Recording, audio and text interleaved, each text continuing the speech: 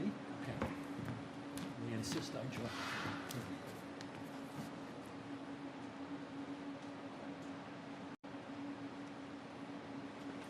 Terrific. Enjoy the evening, gentlemen. Thank you. Enjoy.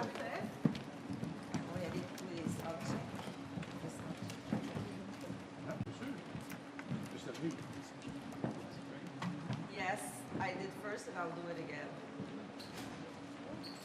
Yeah, I did it before the walk-in.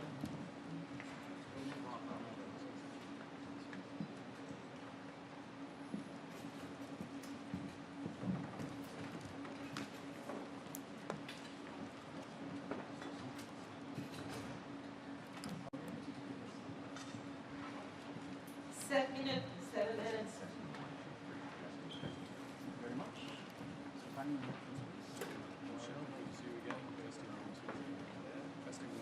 Yes.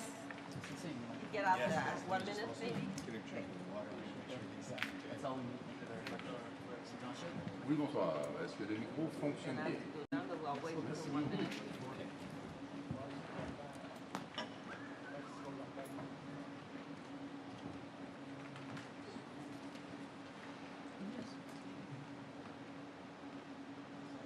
Yes, ma'am.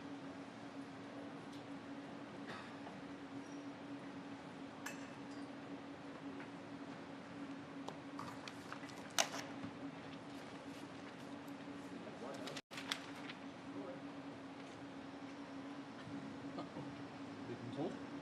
Yes, flipping, but not ripping. I told them. Flipping, I'll try, but no not ripping. Okay. That's good.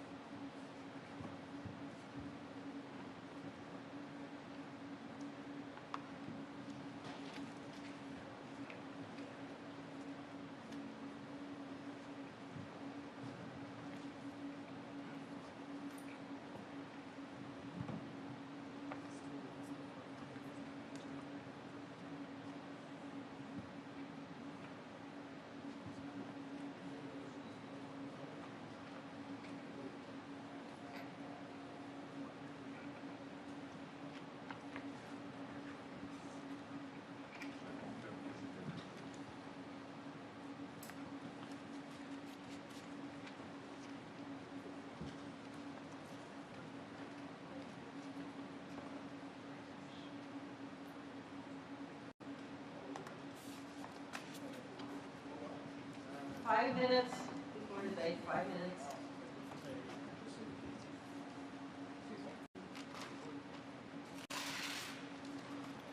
No. Okay. But be careful. Flipping, but not ripping during the debate. Right. I don't. That even rhymes. Flipping, C'est bon. ripping. Yeah. C'est Good bon. students. Yeah. It's like so much. Flipping, no ripping. That is the The worst I watchword. would do is plain.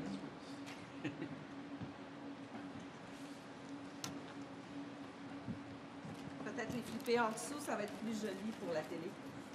Vous avoir l'air studieux. Je fais exprès. Je peux dire des petits bonhommes.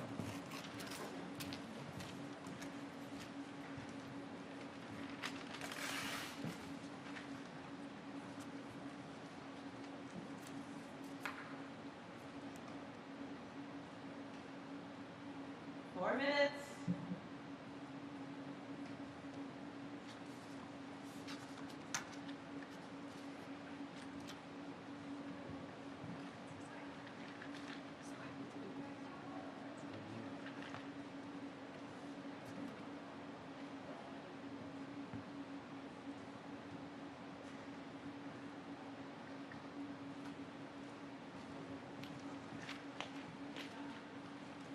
You can come here whenever you want.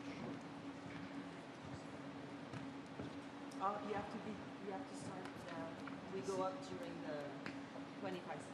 No.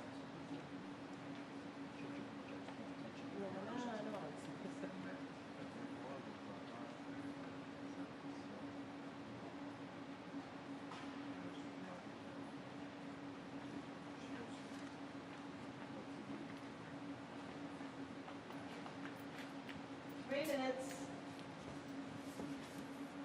Le spike, c'est lui. Ouais. Donc, c'est... Tu veux-tu l'enlever l'autre photo? C'était pour le photographe.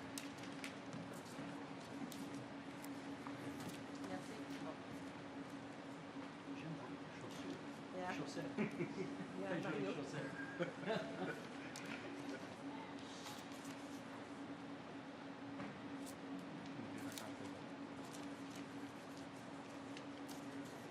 Doorschaal.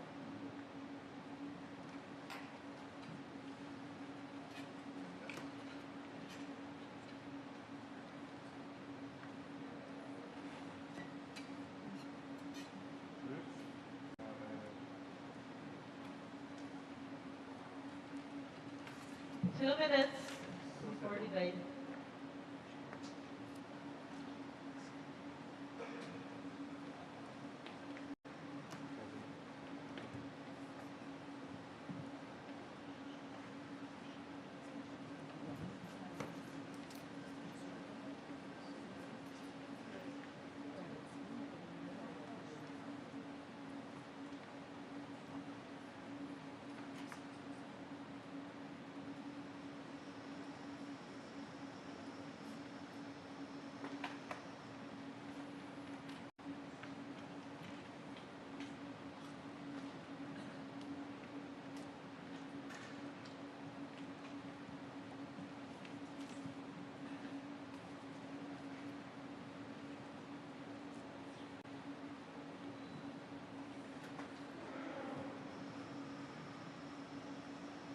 Minute, 1 minute.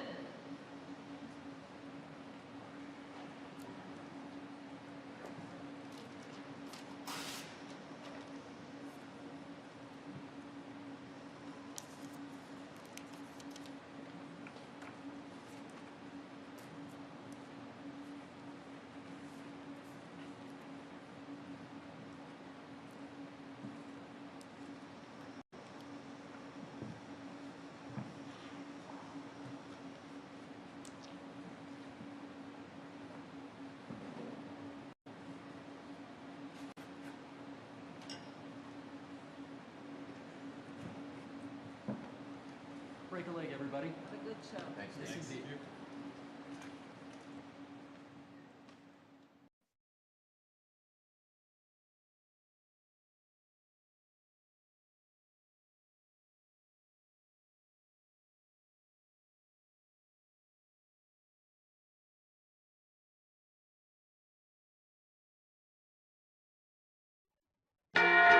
Live from the atrium of Maison Radio Canada in Montreal, 4 federal leaders will debate for your vote. The leaders are here and ready to go. Mark Carney, Pierre Poilievre, Yves-François Blanchet, and Jagmeet Singh. They will debate the major challenges facing our country, from tariffs to the cost of living, public safety, energy, and leading in a crisis.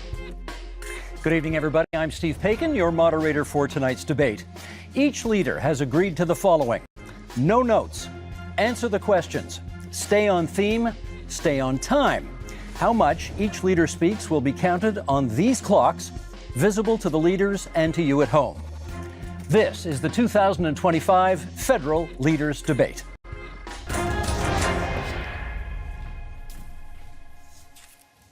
Well, welcome, leaders. Good to be with you here tonight in Montreal for what I'm sure will be a memorable evening. Our first theme is tariffs and threats to Canada, and we will begin with a round of questions. You will each have a minute to answer, and then we'll go to open debate, and the first question goes to Mr. Carney. Okay, what is the starting point for negotiations, Mr. Carney, with the United States if, as you have stated, our relationship with the U.S. is over as we know it? Well, first, Steve, may I thank you and also thank fellow leaders for their service to Canada, people at home for taking the time to watch. I just want to underscore the premise to your question, because I think the relationship that we've had with the United States, relationship over the course of almost the last 4 decades, which has been one of steady and increasing integration, has fundamentally changed because the president is looking to fundamentally restructure the trading system. So the starting point has to be one of strength. It has to show that we have control of our own economic destiny, has to have a clear plan here at home to build this economy, to diversify our trading partners with like-minded countries, and also has to have a position of strength in terms of our reaction to the U.S. unjustified tariffs. And that's why we have put in place counter tariffs that have maximum impact in the United States and minimum impact here at home. Mr. Poilievre, would you do anything differently? Well, first of all, thank you, Steve, and thank you to our fellow contestants here today. It's an honor to be here. What would I do different? Well, I'll start by what I would do the same. I think we do need to counter the American tariffs with our own to deter this economic aggression. We must make clear that we will always be sovereign and independent. What would I be doing differently? Well, we need to be in a position of strength. The Liberal government has weakened our economy with anti-energy laws, red tape, and high taxes that have driven $500 billion out of our country into the United States and made us incapable of shipping our resources overseas. That weakness threatens our ability to stand up for ourselves. So what would I do? I would cut taxes, red tape, and approve our resource projects so that we can get our goods to market and bring home the jobs so we stand up to President Trump from a position of strength. Mr. Singh, you get the next question. Can we trust the United States to work with us on matters such as Arctic sovereignty and defense policy? I think we've seen, first of all, good evening, everyone, and thank you for tuning in, and thanks for the question, Steve. We've seen what, for a lot of people, feels like a betrayal when we look at the United States. I grew up in a border town. I grew up in Windsor. And we saw how connected we were as a city and as a community. People lived on one side of the border, worked on the other. People traveled back and forth all the time. We're in the automotive capital of Canada, and we knew how important it was to be able to build cars in Canada. But we saw that those cars went back and forth across the border. Seeing what Donald Trump did to attack Canada in this unprovoked way without any justification really felt like a betrayal. And so Canadians now are right to say, well, we don't really trust Donald Trump at this point, and we can't really have a lot of faith in him. So when it comes to our Arctic sovereignty and our security, we need to make decisions that are in our best interest and no longer be so dependent and so reliant on the U.S. And that's what I would advocate for, making sure we are resilient, independent, and less dependent on the United States. Monsieur Blanchet, for you, what supports would you want to see for industries affected by tariffs, many, of course, of which are in Quebec? Many of them. First, be all welcome in Quebec and Montreal. You have me because I try not to speak English in Montreal. However, I think we should never underestimate the threat that Mr. Trump poses on Quebec economy and Canada economy and Mexico economy. But we must acknowledge the fact that the economy of Quebec is built differently. The challenges are not the same. The necessity for Quebec to have at least partly its own voice in the negotiation is important. The difference between Quebec and Canada is very important in terms of economy, but also in terms of identity and language and values and who we are and the way we want to handle immigration. So we have the right to be different. And if this difference is being respected by whoever becomes Prime Minister of Canada, we will be reliable partners in order to achieve the best possible negotiation and protect ourselves and our economies as partners. Merci, Monsieur Blanchet. Okay, we now move into open debate, and I'll start it off, Mr. Carney, with you, and then we go from there. Do you still support dollar-for-dollar tariffs, even if they ultimately threaten Canadian jobs and businesses? No, and in fact, we've already moved off from dollar-for-dollar tariffs. We have to recognize, and I think we all do, the United States economy is more than 10 times the size of the Canadian economy. And the principle in terms of our counter tariffs is to have maximum impact in the United States, as I said a moment ago, minimum impact here. So we have to think about the impact on Canadian businesses. I'll give you one example, if I may. In the auto sector, the way we've designed those auto tariffs is that Canadian automakers, if they maintain production here, if they maintain their investments here, when I say Canadian automakers, I mean automakers that have jobs and plants and production in Canada, then they can have lower tariffs on what they ship to the United States. We create a huge incentive for them in order to do that. We also have carved out the Canadian auto parts sector. Last point, I know you're pressed for time, the Canadian auto parts sector, so that it can remain competitive with the United States. We're focused on maximizing Canadian jobs, maximizing the harm in the U.S., so that we get them where we need them. Mr. Poilievre, you want in, then Mr. Singh. Well, Mr. Carney, you claim that you want our country to respond with strength, but after the last decade, half of which time you've been Justin Trudeau's economic advisor, our economy is weaker than ever before. It's been the worst growth in the G7. We've lost $500 billion of investment south of the border. You supported blocking pipelines in Canada that gave Donald Trump and the U.S. a near monopoly over our energy. And now you want to keep in place Bill C-69, the liberal no new development law that blocks us from shipping our resources overseas. How could you possibly think it's a good idea to give the Americans a continued monopoly on our energy projects when you have seen how much these liberal policies have weakened our country over the last decade? Let Mr. Carney respond, and then Mr. Singh. Sure. If I may, yes. So let's go to my record. My record is a month long as Prime Minister. And this goes to the heart of coming to the Americans with strength, but doing the right thing for Canada. Within the first week as Prime Minister, I sat down with all the premiers of the provinces and territories, as well as the leaders of the Indigenous peoples. Got an agreement with all the provinces and territories, doesn't happen very often, got an agreement for them to have one Canadian economy instead of 13, first point. Secondly, to commit the federal government to do its part by Canada Day, so free trade in Canada by Canada Day. Thirdly, the federal government to commit with respect to project reviews. The question was about pipelines. I'm getting to it. Thirdly, one project, one review, and relying That's on not provincial. Yes, it is possible under. It is possible on our system. No, it is it's not. the It's impact banned assessment. under C-69. It is agreed on under the impact assessment framework, and we have a cooperation agreement with British Columbia already. We're looking forward to them with the other provinces. We will move forward. No, Got to let jump in on okay, this. Mr. Singh's turn, please. The anti-development Of law. course, we agree around having a strategic response to the United States. But what I'm concerned about is what we're doing here in Canada. We are already seeing threats to our country in that just the threats alone of the tariffs have meant Canadians have lost their jobs. The threats of the tariffs that are in place right now, the impact of those tariffs is that we've lost jobs in steel, aluminum, and the auto sector. People are already losing their jobs. And while, Mr. Carney, you had time, as you mentioned, not very long time, but as Prime Minister, you showed us your priorities. The first thing you did is you you made a tax cut for millionaires, which was reversing on the capital gains. So you gave a tax cut to millionaires, but you didn't have time to increase the amount that workers get on EI.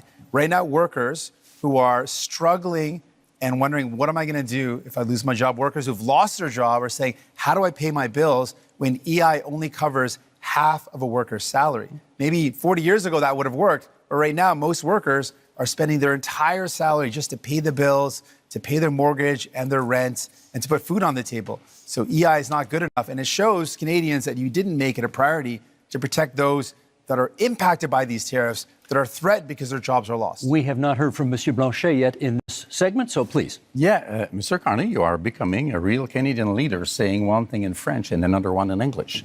You said in British Columbia in February that you would force oil and gas through pipelines through Quebec, either we wanted it or not. You would use emergency powers in order to do so. And 2 days later in Montreal, you said that you would never do that without the approval of Quebec. What's the point of using emergency powers if you do have the agreement of Quebec? However, I do agree with you. It's important to be very strong in front of Mr. Trump. However, I would keep the dollar for dollar policy. Don't be weak in front of Mr. Trump. And those counter tariffs have to be targeted. You have put out already $2 billion for Ontario auto industry, car industry, and the lumberwood industry in Quebec has already paid to United States $2 billion, and you have not raised one finger in order to help us. Let's get from Mr. Poilievre and then a response from Mr. Carney. Well, Mr. Carney refused to answer the question about pipelines. Just the other day, he said that he doesn't necessarily think we need to build pipelines. Let me tell you what that means. Right now, the Americans get 97% of our oil, 100% of our natural gas exports at big discounts. We have to send Canadian oil from Western Canada through the States just to get it back to Quebec because we don't have a pipeline. And now there's this law, liberal law C-69, which effectively bans pipelines. The 14 biggest energy and resource companies say it has to go if we're ever going to build another project. And I asked Mr. Carney why he would keep in place this anti-pipeline law that effectively empowers Donald Trump to have a total monopoly on our single biggest export. Why would you not repeal this liberal law? Isn't it because you are exactly the same in the same line as Justin Trudeau and the rest of the Liberal team that is now making up your cabinet. Let's get a response. Well, let me pick up a couple of points that have been made. The first thing I did as Prime Minister was to cut the carbon tax. That's the first thing. Second thing is made a commitment that all proceeds from our tariffs will go to workers and those companies most affected. There were several points raised. Nothing so far. If I may, Mr. Steve, if I may address, I'm trying to do it quickly because several points raised. All proceeds go to workers and the firms most effective, and those proceeds are considerable. Third thing, I'm interested in solutions. I'm interested in getting energy infrastructure built. That means pipelines, that means carbon capture, storage, that means electricity grids. And here's how you do it. And we've already moved in the first month. Cooperation agreements with the provinces. Guess what? We are a federation. You need to cooperate with Quebec. You need to cooperate with the provinces. You need to get First Nations and Indigenous people buy-in. You can do that through the one project, one review window that we put in place at that first ministers' meeting, as well as, if necessary, using emergency powers to fulfill the federal responsibility, but not the unique. Mr. Poilievre, you want to come back on that? What you're saying, Mr. Carney, with respect, is a total contradiction. The No New Development Law, C-69, guarantees there will not be one-stop shop because it requires the Government of Canada to actually duplicate the same project. Have no regulation. Have one-stop shop. Mr. Singh, over any energy. we just got to let him finish his sentence. Let's just let him finish his sentence. That is not true. In fact, Mr. Singh, the reality is we should have strong rules enforced once. We shouldn't have multiple levels of referral that it takes now 17 years to get a major project approved in this country. That is why in the last 10 years we've had the worst economic growth in the entire G7. We cannot afford a fourth Liberal term. We need a change. And the Conservative plan for a change will include repealing the anti-pipeline law so we can get our energy to markets other than the United States. Mr. Singh, Mr. Carney. While these two compete about who's more pro-pipeline, I think what we need to do is, it's clear. The Liberals bought a pipeline. They built a pipeline. I don't know what Pierre is complaining about. That's what they did. I think what we need to do, if we're talking about energy in our country, we need to build an east-west grid. Let's use our power as a nation to build a national project that creates good jobs, that strengthens us for the future, where we connect the low-cost energy from jurisdictions and provinces across this beautiful land and have low-cost energy for businesses, for people, so we can build a stronger economy. That's the energy of the future that we need. Mr. Carney. 3 quick points. First, the pipeline built, yes, TMX built. That's why oil exports up 50% over the course of the last few years. Secondly, I don't think Mr. Singh is absolutely right about the east-west grid. Grid interconnections, which is part of the energy corridor, huge opportunities for this country. We have to be able to do more than one thing. Third point, fundamental point. We can give ourselves far more than Donald Trump can ever take away. If we have one Canadian economy, not 13, and if we just look at that agreement we got with the provinces, look at what Ontario and Nova Scotia have just announced in terms of their steps towards this. This is within our grasp. Monsieur Blanchet, what should we be prepared to concede in our negotiations with the United States? I want to be back to something that Mr. Carney said. You can't do something and the opposite, and you can't fill people's mind with nonsense.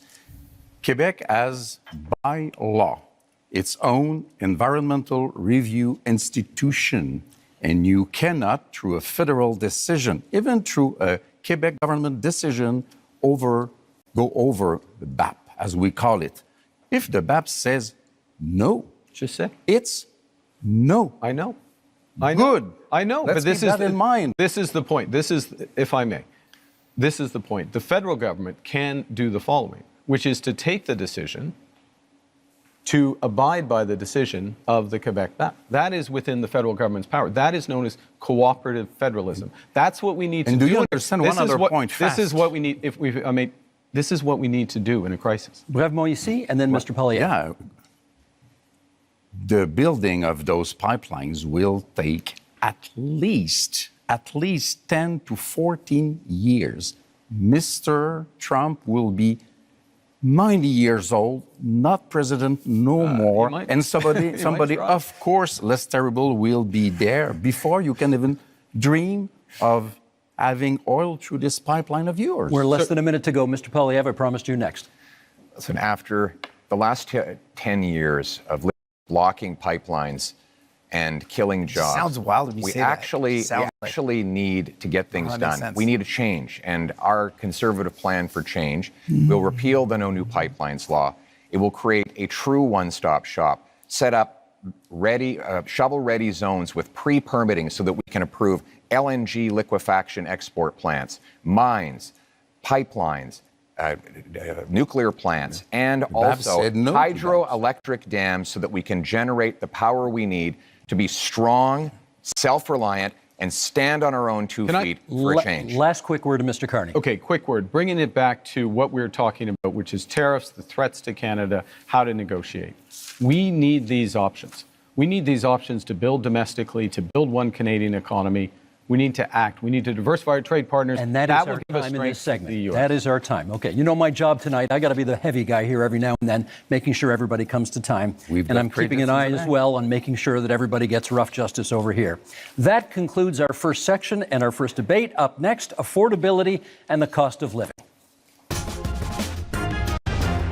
Our goal is to double the pace of housing construction. It will lower your bills, build homes you can actually afford. Il faudra parler des entreprises du Québec, des travailleurs du Québec, des aînés du Québec. A big, powerful bring it home tax cut on work, investment, energy, and home building. Okay, leaders, same idea, one-on-one questions followed by open debate format. And Mr. Poilievre, you get the first question this time. Many provinces, including some provinces with conservative governments, have ambitious housing targets, none of which have been met. Why do you think your housing plan will be any different? Let me start by talking to the young people of the nation and those who are aspiring to home ownership. You know, it was only 10 years ago you could buy an average house for $450,000. But in the last Liberal decade, housing costs have doubled, rising faster than in any country in the G7. And so now our youth cannot afford a home, and our seniors are worried about being evicted. We can't afford a fourth Liberal term of rising housing costs. We need a change. And our conservative plan for change will, 1, axe the federal sales tax on new homes. 2, incentivize municipalities to cut their construction taxes to bring houses down in cost by $100,000. 3, sell off federal land for homes. And 4, train up 350,000 young trades workers who can help build those homes. Because you deserve a home, and we're going to make it happen for a change. Also on the issue of affordability, Mr. Singh, you get the next question. How do you bring down grocery prices in the midst of a trade war? I appreciate the question. This is a big concern. When I talk to Canadians, they tell me they're really feeling squeezed from the cost of living. That's one of the top things that people tell me about. People are saying, I can't afford to buy groceries. Every time I go to the grocery store, it's just ongoing worry and this feeling of anxiety that can I actually afford the things that my family needs? On top of that, people are worried about the cost of homes. I think those are the two biggest things I hear. So we can do things about this. Other countries have taken concrete steps. We can put in a price cap on food essentials. France has done it. Greece has done it to great success. It's brought down the cost of food significantly in both those jurisdictions. We can also ban corporate landlords from buying up the affordable homes to keep homes that are affordable. We can make things better for Canadians, but it requires having the courage to take on the powerful corporations that are ripping you off, that are price gouging you. And we know that price gouging is one of the major reasons why food prices are going up. You're never going to hear Pierre Poilievre or Mr. Carney talk about the fact that these are the corporations ripping you off. Thank you, Mr. Singh. That's time. Mr. Blanchet, I want to ask you about old age security, which will soon cost this country $100 billion annually. We understand you would like to expand it. How would you pay for that? We would want it to be just for everybody because the Liberals have created a discrimination against elders which are 65 to 75 years old, having 10% less income from federal government than those who are over 75. But the best way to do it is to have everybody pay its fair share in terms of tax, which means that one should not be entitled to hide money in fiscal paradise in order not to pay him or his clients or friends, not to pay billions of dollars in taxes that could be used to help the situation of elders. Those are things which are supposed to be applied to everybody. There are a lot of questions to be answered about that. Other ways to do it is to reduce the pressure on housing price, to make sure that the whole budget of elders and families and workers can afford houses which have increased dramatically in price. Merci, Monsieur Blanchet. That's time for this one. Mr. Carney, I want to ask you about housing, which over the past decade has gone from a problem to a crisis while the Liberals were in power. Is your policy on getting homes built any different from your predecessors, and how? This is one of the reasons why I entered this contest, because of the housing crisis, the cost of living crisis, the housing crisis, and the Trump crisis to help fix it.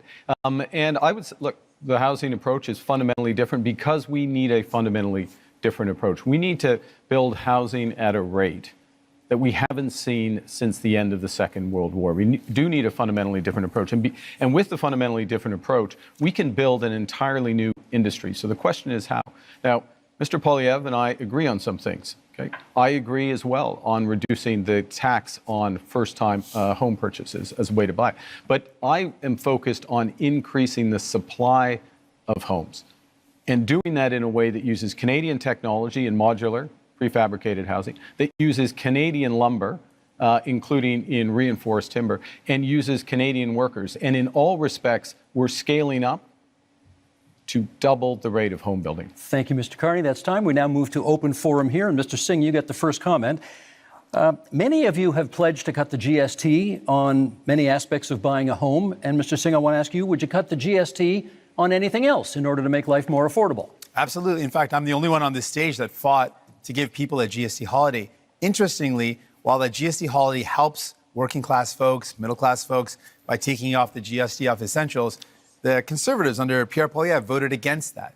They opposed the idea of giving people, actual folks that need help, a tax break, and would rather give millionaires a tax break, which shows you whose side he's on, which is not surprising. But what is surprising is that Mr. Carney also said that giving people a break on their GST is a bad idea.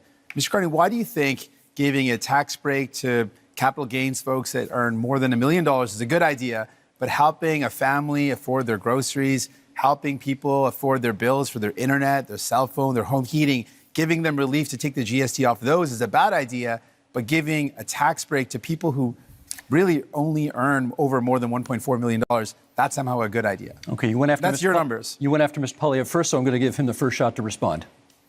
Well, Mr. Carney, the reality is that housing costs doubled under the Liberal government, while Justin Trudeau made exactly the same promises that you are now repeating today. He promised that he would double home building. In fact, home building went down. He promised that he'd reduce the cost. In fact, it went up. And here we are. Mark Carney is asking for a fourth Liberal term, repeating the exact same Liberal promises that priced you out of a house. Just a few weeks ago, before the election, the Liberals voted against taking the GST off new homes, and they have continued to build up bureaucracies that block construction. We need a change so that you can afford a home, and our change will be, again, to axe the sales tax on new homes, incentivize municipalities to speed up permits, free up land, and cut development costs. Train up 350,000 young people who can be in the trades to build those homes and sell off the land that is going to be needed in order to build homes. That is a real plan for you to own a home and afford your life for a change. They're coming at you from both sides. What do you say? Okay. I know it may be difficult, Mr. Poilievre. You spent years running against Justin Trudeau on the carbon tax, and they're both gone. Okay, they're both gone. And we're doing we're a in pretty a good new impersonation and of them with the same policies tonight. Very different. Look, I'm a very different person from Justin Trudeau. Focus is on results. Were you his economic advisor? And so how to drive results in the housing market, you've got to change the model of building. You've got to increase the financing for housing developers, $25 billion on the table for those housing developers, $10 billion for deeply affordable homes, cutting development charges in half, lowering the cost of the building of those homes by 20%, and lowering the emissions and the run costs of those homes by another 20%. This is how you drive affordability. This is how you bring young people back into the housing. Exactly what Trudeau and then promised. Mr. Singh. You claim to be very different from Mr. Trudeau. Now, the point is to show that you are any better than Mr. Trudeau. You claim to have a lot of experience in many things, and you know things. Last time we had somebody saying that they knew things, it was the senators, and they killed the law that protected supply management because they knew better than us and were elected by nobody, exactly like you are today. You say that you are a great crisis manager. Which one? I heard of nothing. As far as I know, Brexit happened, even if you were against it. You say you are a great negotiator. What have you negotiated but fiscal paradises in Bermudas or Cayman Islands? You have to prove something, and you have to reveal what you own in those companies if you want people to believe you. Mr. Singh, you wanted to. Yes, returning to the topic of housing. Now, it's very important. Obviously, we need to build homes that people can afford. Mr. Poilievre had the opportunity to show us what he could do. He was the Minister of Housing under Stephen Harper. And during that time, guess how many homes he built? He built 6 homes during that entire time. This is not something you can trust to build homes. He built 6 homes. 200,000. And this has been confirmed again and again. He built 6 homes. That's it. Now, the problem, though, with Mr. Carney is, well, he's laid out a plan. The problem is that when he was the chair of Brookfield Investments, this is a company that made a strategic decision to buy up affordable homes in cities like Toronto where people were paying a decent rent. And they purposely bought those homes, kicked out the tenants, and jacked up the rents. That is not someone you can trust, sadly, to deal with the housing crisis when, Mr. Carney, you profited off of it. We're going to get responses here. Mr. Poilievre first, Mr. Carney second. First of all, Mr. Singh, the Toronto Star, the Toronto Star debunked your falsehoods. No, it was 6 homes, and I appreciate neither Liberals or NDP are very good with math, but in that year, the year I was the minister, if I could, which is great. the year I was, Singh, let's let him answer. In the year I was high enough, though. The year I was minister, we had 200,000 homes built, and guess what the average price of a home was at the time? $450,000. And guess what happened at the end of the Conservative reign? One bedrooms rented out for $900. And that since that time, housing costs have actually doubled under the Liberals. They doubled and now we have too. Now we have Mr. Carney making tens of billions of dollars of spending promises that will ultimately continue to build bureaucracy. We don't need more bureaucracy in Ottawa. We tried that for 10 Liberal years, Mr. Carney. What we need is to build homes in communities. And that means axing taxes on home building and getting the government out of the way so that builders can actually build. I think, Mr. Carney, you are on housing. We need a change, and you, sir, are not a change. Mark Carney. I'm going to pick up on, I thought that answer was quite revealing. The first thing is that it's an attitude towards housing that absolutely ignores affordable housing, deeply affordable housing, issues with vulnerable people, ignores the rental market, ignores all other aspects of it. So the 6 are the relevant. Mr. Singh is absolutely right. The 6 are the relevant. 200,000. The 200,000 are a different part of the housing market. There are many Canadians. There are many Canadians at different income levels. The second thing it reveals is a misunderstanding, I'll be polite, of how the government's balance sheet can catalyze enormous private investment.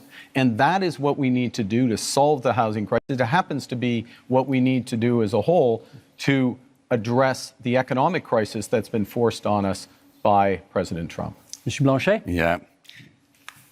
You have spoken much more than I have, so I won't ask a question. I will make a statement instead. I'm not saying no. I'm not saying that you cannot do what you pretend that you are able to do. We just have no proof so far. I'm saying quite clearly that you cannot be entitled to do it alone. You cannot be entitled to hold all the power in your 2 hands. You cannot go out there and fix things for Canada and Quebec without being seriously checked by serious people. You cannot go out there and speak for Quebec without Quebec having its own strong voice to protect itself and to promote its different economy. So if you want to collaborate, let's say right now that whatever happens, even if minority government happens, you will be a partner with the different Quebec economy and identity, which you have been not interested in for the economic part and not respectful for the identity part. Let me get Mr. Singh in at this point. Can you tell us what's the first thing you would do to make life more affordable for Canadians? Yeah, there's a lot of things that we can do, and I've laid out some of those things. I think fundamentally, I'm the only person on stage that not only fought for real relief for people in terms of affordability, I'm the only one that fought for pharmacare that actually makes life more affordable by giving people medication coverage, dental care that gives people more affordability by letting them access their services if you're a senior and a kid. I fought for childcare to make sure people could afford childcare. All measures that Mr. Poilievre voted against, all measures that Mr. Blanchet voted against. So if you want someone that's going to fight for you in Ottawa to actually make life more affordable, you can't entrust all the power to Mr. Carney.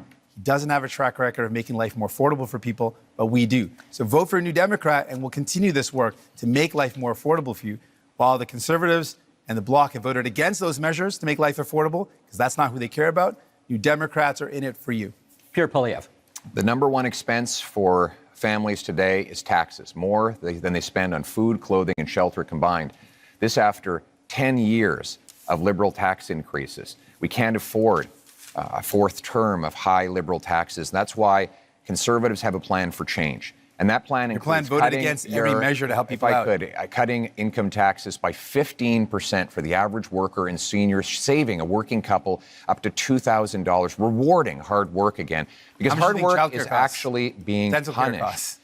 Is actually being punished because of the very high taxes.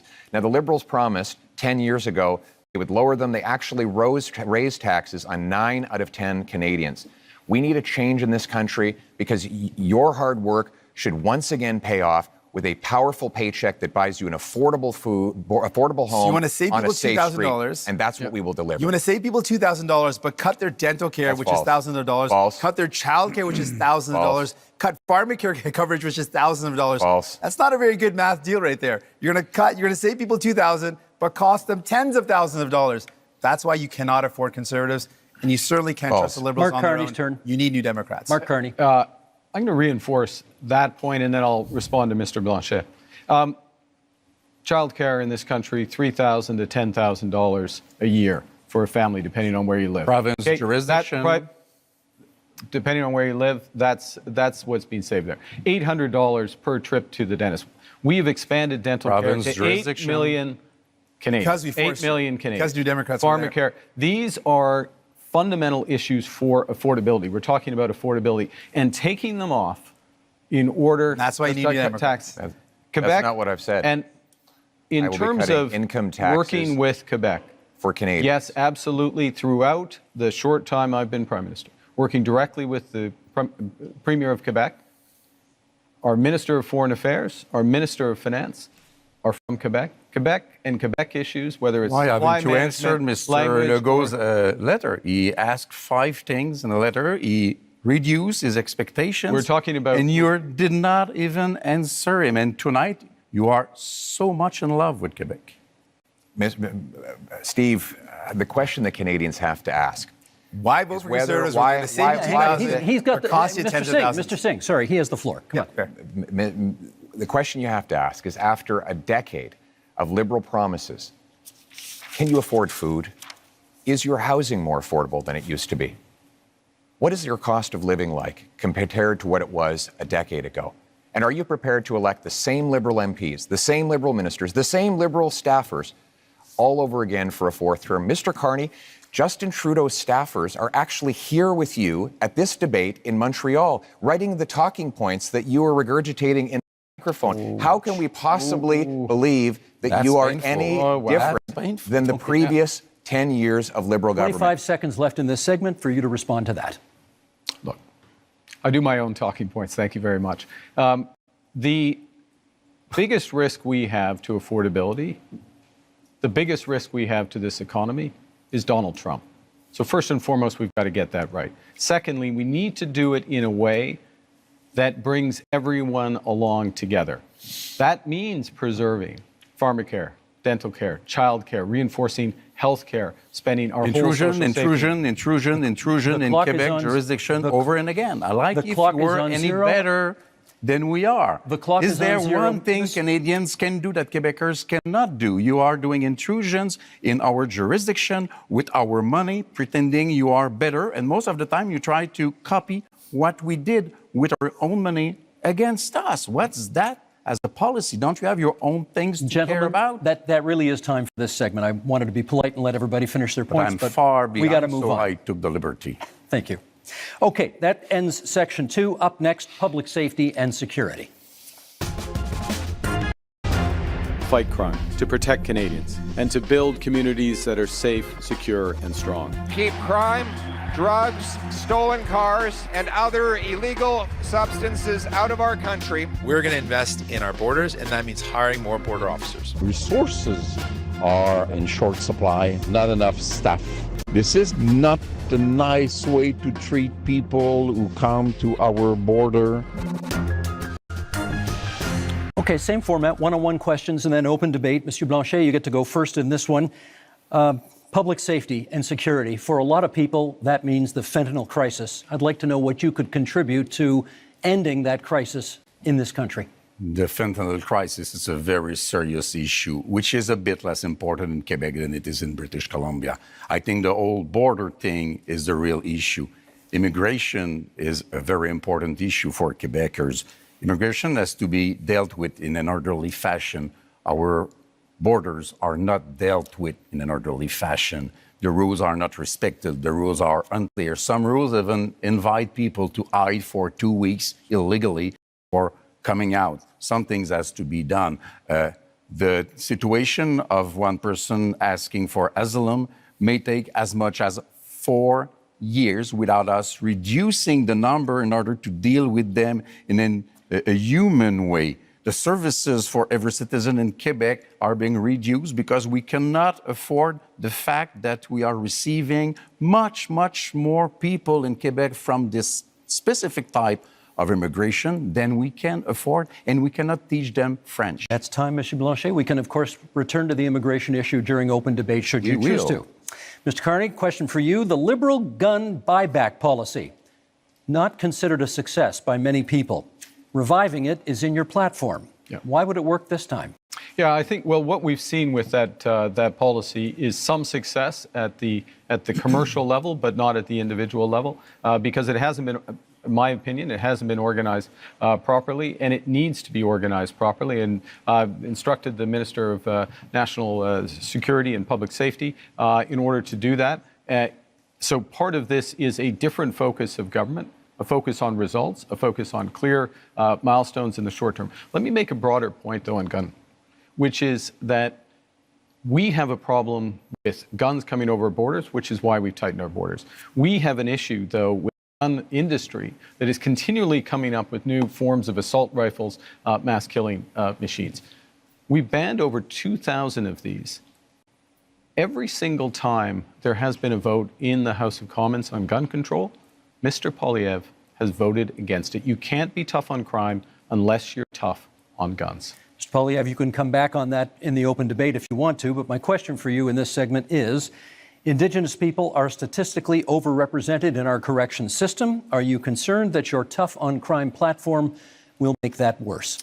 I'm concerned that Indigenous people are disproportionately the victims of crime. I give you the example of a wonderful group of Indigenous people who came under attack in Saskatchewan, and many of them were murdered. Killer was out of jail after 60 prior convictions. This is the result of 10 years of liberal laws that allow the same offenders to be released dozens and dozens of times, even when it's known they are a danger. We can't risk a fourth liberal term of soft on crime policies. We need a change. And the Conservative plan for change will bring in a 3 strikes you're out law. 3 convictions for serious crimes, you go to jail for at least 10 years, maybe for life, no chance of parole or bail. We will bring in life sentences for traffickers of fentanyl, human beings, and guns. And we will secure our borders to keep the illegal guns out. Thank you, Mr. Poilievre. That's time. Mr. Singh, your question is about the RCMP, because you've got RCMP reform in your platform. What, in your view, is the problem with the RCMP? Well, some of the basis for this is the concern that's been raised in more rural communities and northern communities that there have been some serious concerns about violence or inappropriate use of force when it comes to the execution of their duties. We want to make sure that we've got a top-tier police force that provides security and safety to those communities in a way that's sensitive and understanding of the communities they're serving. I also think what's very important is for Indigenous communities, Indigenous policing. This is an area of deep concern. I think everyone in our country should be safe. You should be able to be safe at home, safe when you go to work, safe if you take public transit, safe for your kids to be able to play in the local playground. And that's something I'm committed to. And the other area that I'm focused on when it comes to public safety is making sure we prevent crime before it happens. And that's why we want to see increased investments in our border security. We saw under the Conservatives, they cut 1,100 border officers in one day. So that prevented our ability to keep our borders safe. That stops those materials from Mr. coming Singh, into the that's country. time. Not sure it was about the RCMP, but maybe we can get back to that during the open debate segment, which we go to right now. And Mr. Poilievre, you get the first word on this one. And it sort of dovetails on the last answer you gave, which is you have pledged to be the first prime minister in this country to use the notwithstanding clause, setting aside charter rights of, as you call them, multiple murderers. Why do you think that's necessary? To be clear, I want to uphold the charter rights of Canadians under Section 7 to life, liberty, and security of the person. Right now, that right is violated by multiple murderers who are given discounts. The case in question was a gentleman who went into a mosque and shot dead 6 innocent worshipers. He got, according to this ruling, only one 25-year sentence, meaning he can be out in his 50s. He only serves 4 years for every murder that he carried out. That is outrageous. And I will use the constitutional powers that are created for this purpose to ensure that mass murderers stay in maximum security penitentiary for life. They will only come out in a box. We will also pass tough new laws that prevent repeat offenders from getting out. If you commit 3 offenses under the 3 strikes law I propose, you will not be allowed out of jail until you prove that you are drug-free, that you are behaved perfectly, and that you've learned an employable skill, and you've served a 10-year sentence. We cannot allow liberal crime and chaos to go on terrorizing our communities. What we need is a real plan for change so that we can bring back the safety and the security that Canadians used to take for granted. Let me get Mr. Carney to respond to that. Do you think that's an appropriate use of the notwithstanding clause of the Charter? I think that one of the core responsibilities of the federal government, Prime Minister, is to defend the fundamental rights and liberties of Canadians. And those fundamental rights and liberties of Canadians are outlined in our Charter of Rights and Freedoms, which is 43 years old literally today. I think it's a very dangerous slope to override judgments of the Supreme Court of Canada. In fact, the Charter of Rights and Freedoms exists to protect Canadians from people like us on the stage, politicians who may use their power to override fundamental rights. And the issue in using by the federal government, I'll stop here, is not where you start, but where will you stop? Mr. Poilievre, I should get Mr. Poilievre on that. Is it a slippery slope if you use it in this case? I must say, I would be quite interested too, because Mr. Carney said that he didn't want us to use the notwithstanding clause before adopting a law. And yesterday he said he felt that it was wrong to use the notwithstanding clause after a law is adopted. So if we cannot use it before and we cannot use it after, it means that Mr. Carney believes that we should never use it. But it is very important. And the Ford case made it clear. The Constitution says how it should be used, but never how or what we will do with it, because it's the prerogative of the provinces.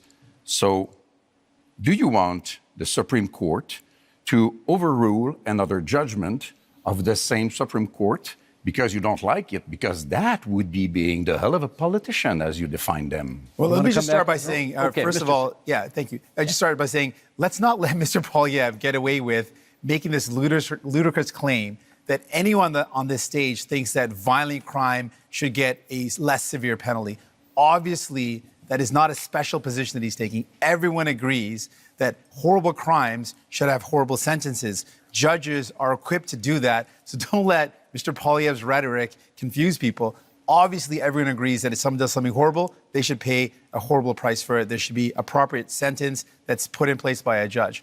But what I'm concerned about is all of what Mr. Poilievre is talking about is after the fact. Now, there's heinous things that happen, and there needs to be severe penalties put in place. But we also need to keep communities safe. And that's what my focus is. Well, how do we stop crime before it happens? Much of the violent crime that's committed is committed by illegal handguns and firearms that come across the border. Now, Mr. Poilievre has admitted that as well, that it is illegal handguns and illegal weapons that are used in violent crime. So our plan is, let's stop those illegal weapons getting into our country in the first place. And the way we do that is by having stronger border security officers and having more people on the border. Mr. Pierre Poilievre, when he was in power in the Conservatives, they cut the number of border officers. They reduced the number, weakening our borders. Keeping an eye on time can't here. trust them Let's to get do back these to type of Mr. things. Poilievre on the issue of whether, in using the notwithstanding clause under these circumstances, would be a kind of a slippery slope and encourage politicians to use it more. No, we will use it to protect the charter rights of law-abiding Canadians. I'm interested in the rights of victims. Mr. Carney seems to be very interested in the rights of criminals.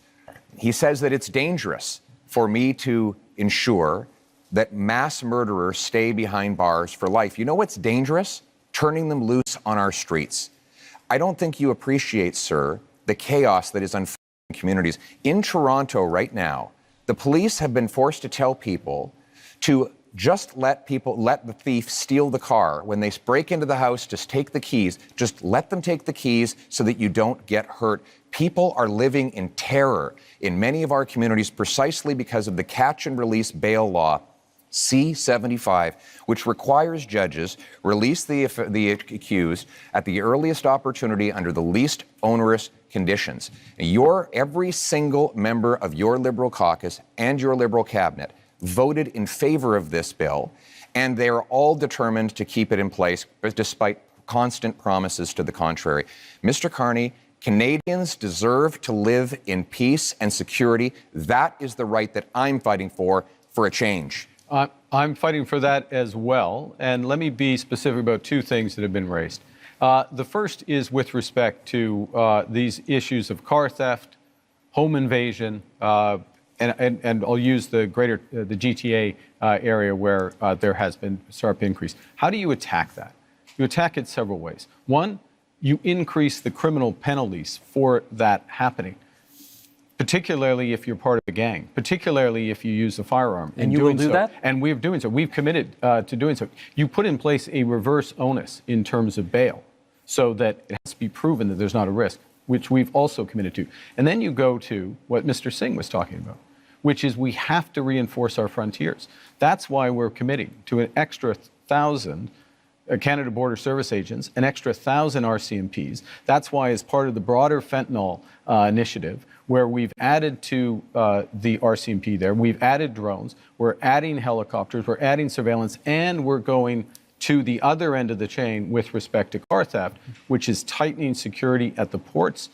This is what we need. In order to get results, you need to focus at both ends of the chains in federal. Jagmeet Singh. Thank you very much. I want to talk about one of the issues that has come up is the idea of the public safety concerns around the overdose crisis and how this is devastating our communities. We're seeing so many lives being lost. In that, we know that one of the ways to address that is by investing in some of the solutions like mental health services and rehabilitation services. Services keep our communities safe, having access to those good services.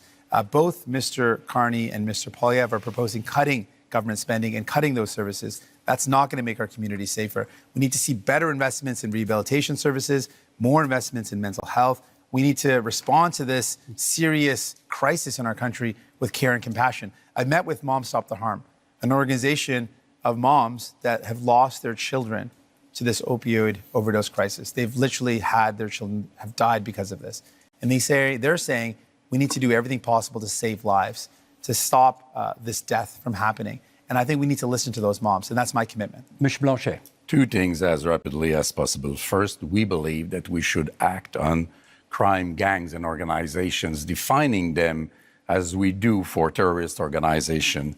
We have to protect our kids from the violence of those gangs, from the drugs being sold by those gangs, from the guns and whatever else being stolen, sale, being by those gangs. Sold? And sold. Not stolen, being, you purchase a thing and selling, sold, Okay. yeah, sold by those gangs. And we mostly have to protect our kids from being recruited by those gangs, becoming violent at 13 and 14 and 16 years old, because this is the real fear of parents like I am. This is a very dangerous situation. I want to come back to immigration because we said that we would come back to immigration. Do you remember the Century Initiative, a sad memory? Officially, they said that they had not considered Quebec difference. They had not considered Quebec language. Canada to be a 100 million people country by the end of the century. Mr. Barton told me himself that he had not even thought about the Quebec difference in that analysis. And one of his closest collaborators is now a close counselor to Mr. Carney, which seems to be part also of that kind of project or ideology. So it is impossible for Canada to have all those people come into Canada. It is impossible for Quebec to receive all those people. And in Quebec, we have the language and values and secularity of the state issue, which is very important. So I say, pause. Let's do things properly. Let's receive migrants in an orderly fashion and successfully as a measure of respect for them also. Mr. Poilievre, you wanted a word. I speak to families all the time who are terrified by the scourge of drugs and illegal guns. And we know those guns are not Grandpa Joe's hunting rifle. So when the Liberals try to ban hunting rifles, they're really going after the wrong people. 90% of guns that come in that are used in crime are smuggled illegally over the porous, Liberal-run borders.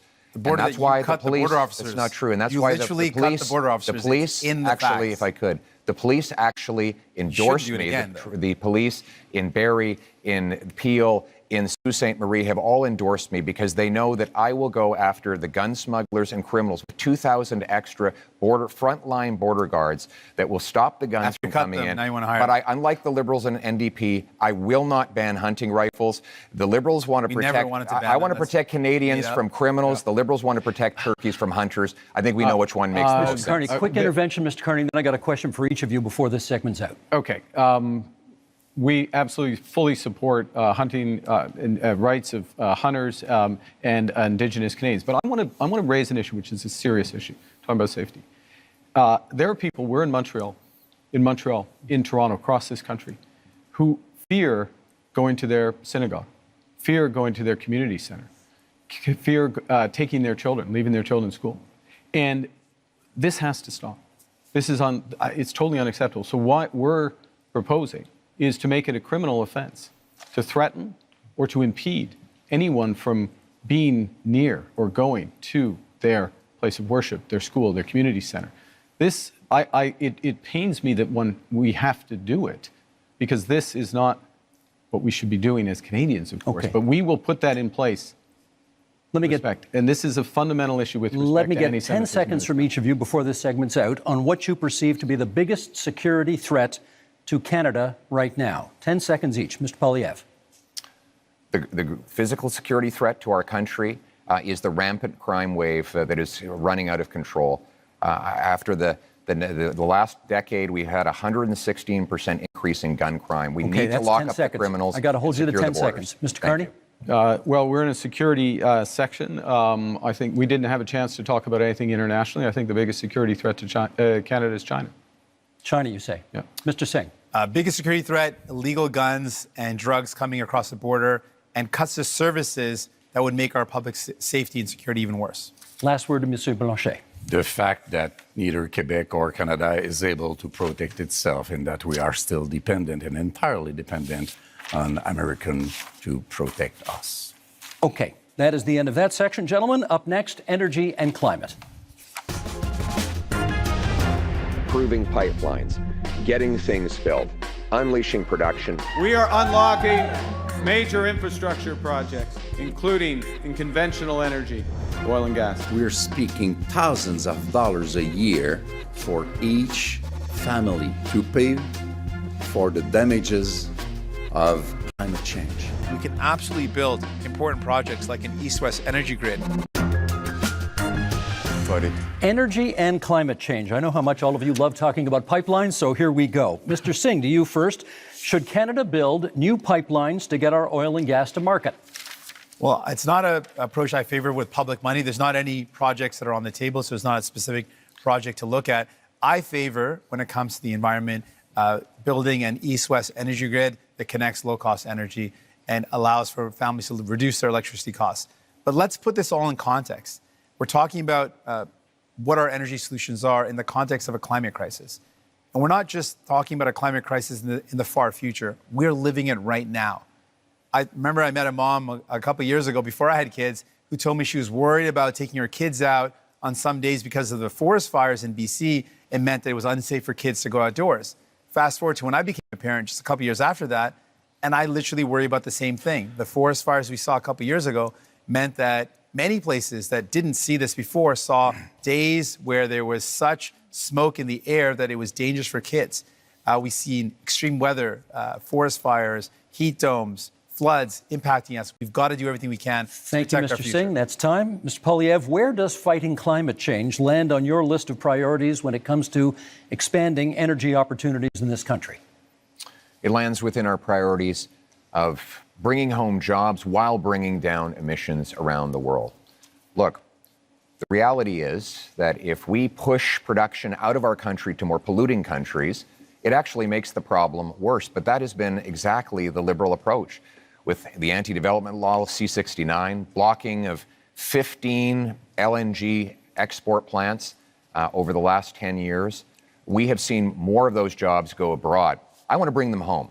My plan will be to approve, for example, natural gas liquefaction and export. If we sent our gas to India, for example, to displace half of their demand for electricity, we could reduce emissions by 2.5 billion tons, which is 3 times the total emissions of Canada. That's the way we bring emissions down and jobs up. It's common sense, and now it's time to bring it home. Thank you, Mr. Poilievre. The next question is for Mr. Carney. How would your government fast-track pipelines and mining projects while also following the Supreme Court decision that requires consent of Indigenous communities? Well, I think the first thing, and this goes back a bit to where we started, which is recognizing that we are in a crisis. We need to act with maximum force, and having a process and a consultation, but a consultation with a purpose, which is to identify those projects, those investments of national interest that are really going to move the dial in terms of growth, jobs, energy security, well-being consistent with long-term competitiveness, which necessarily means lower carbon.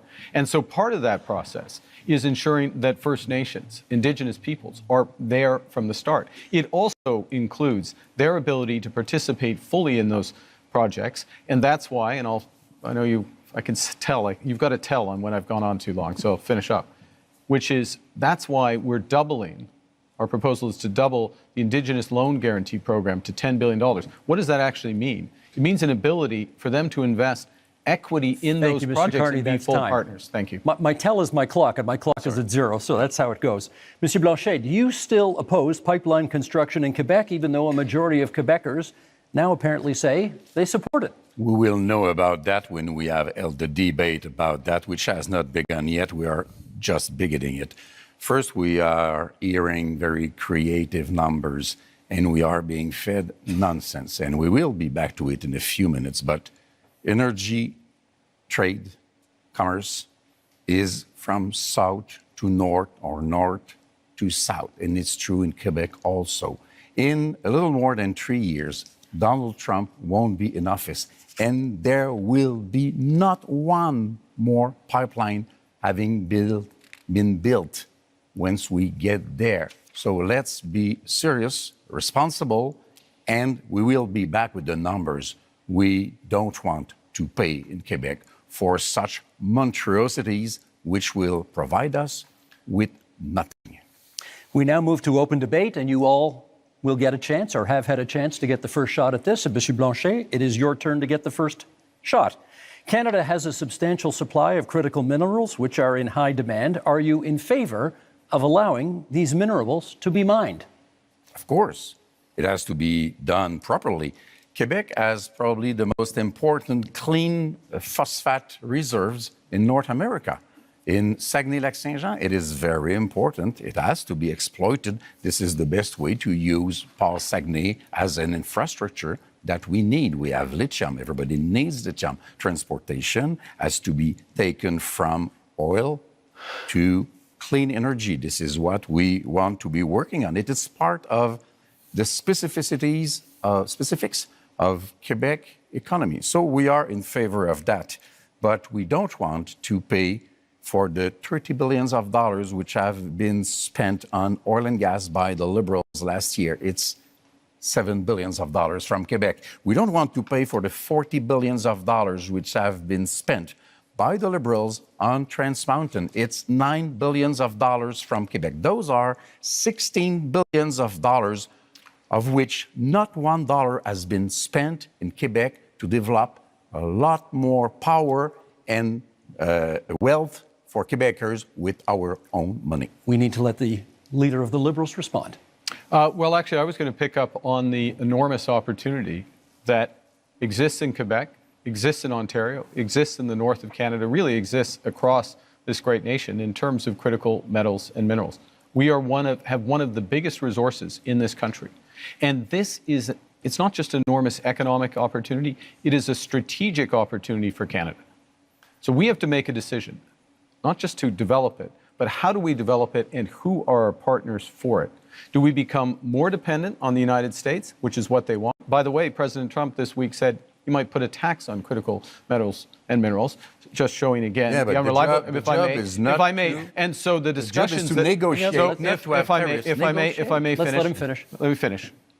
So the opportunity includes in Europe and includes in Asia as our partners. Last point.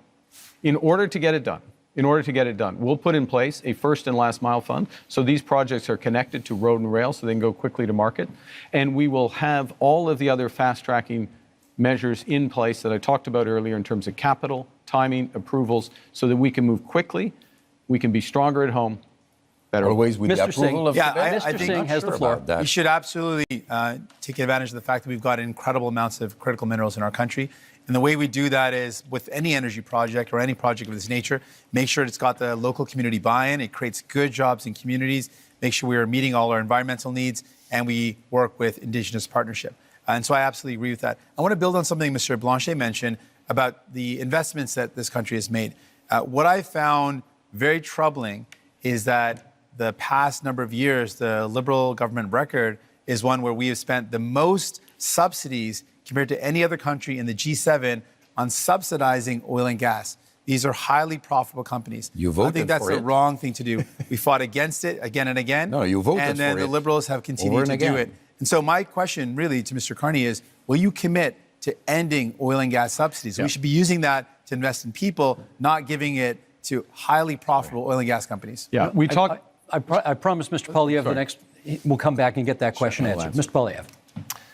Well, Mr. Carney, you point out that Donald Trump has a wrong-headed idea of putting a tax on our mines and our industry.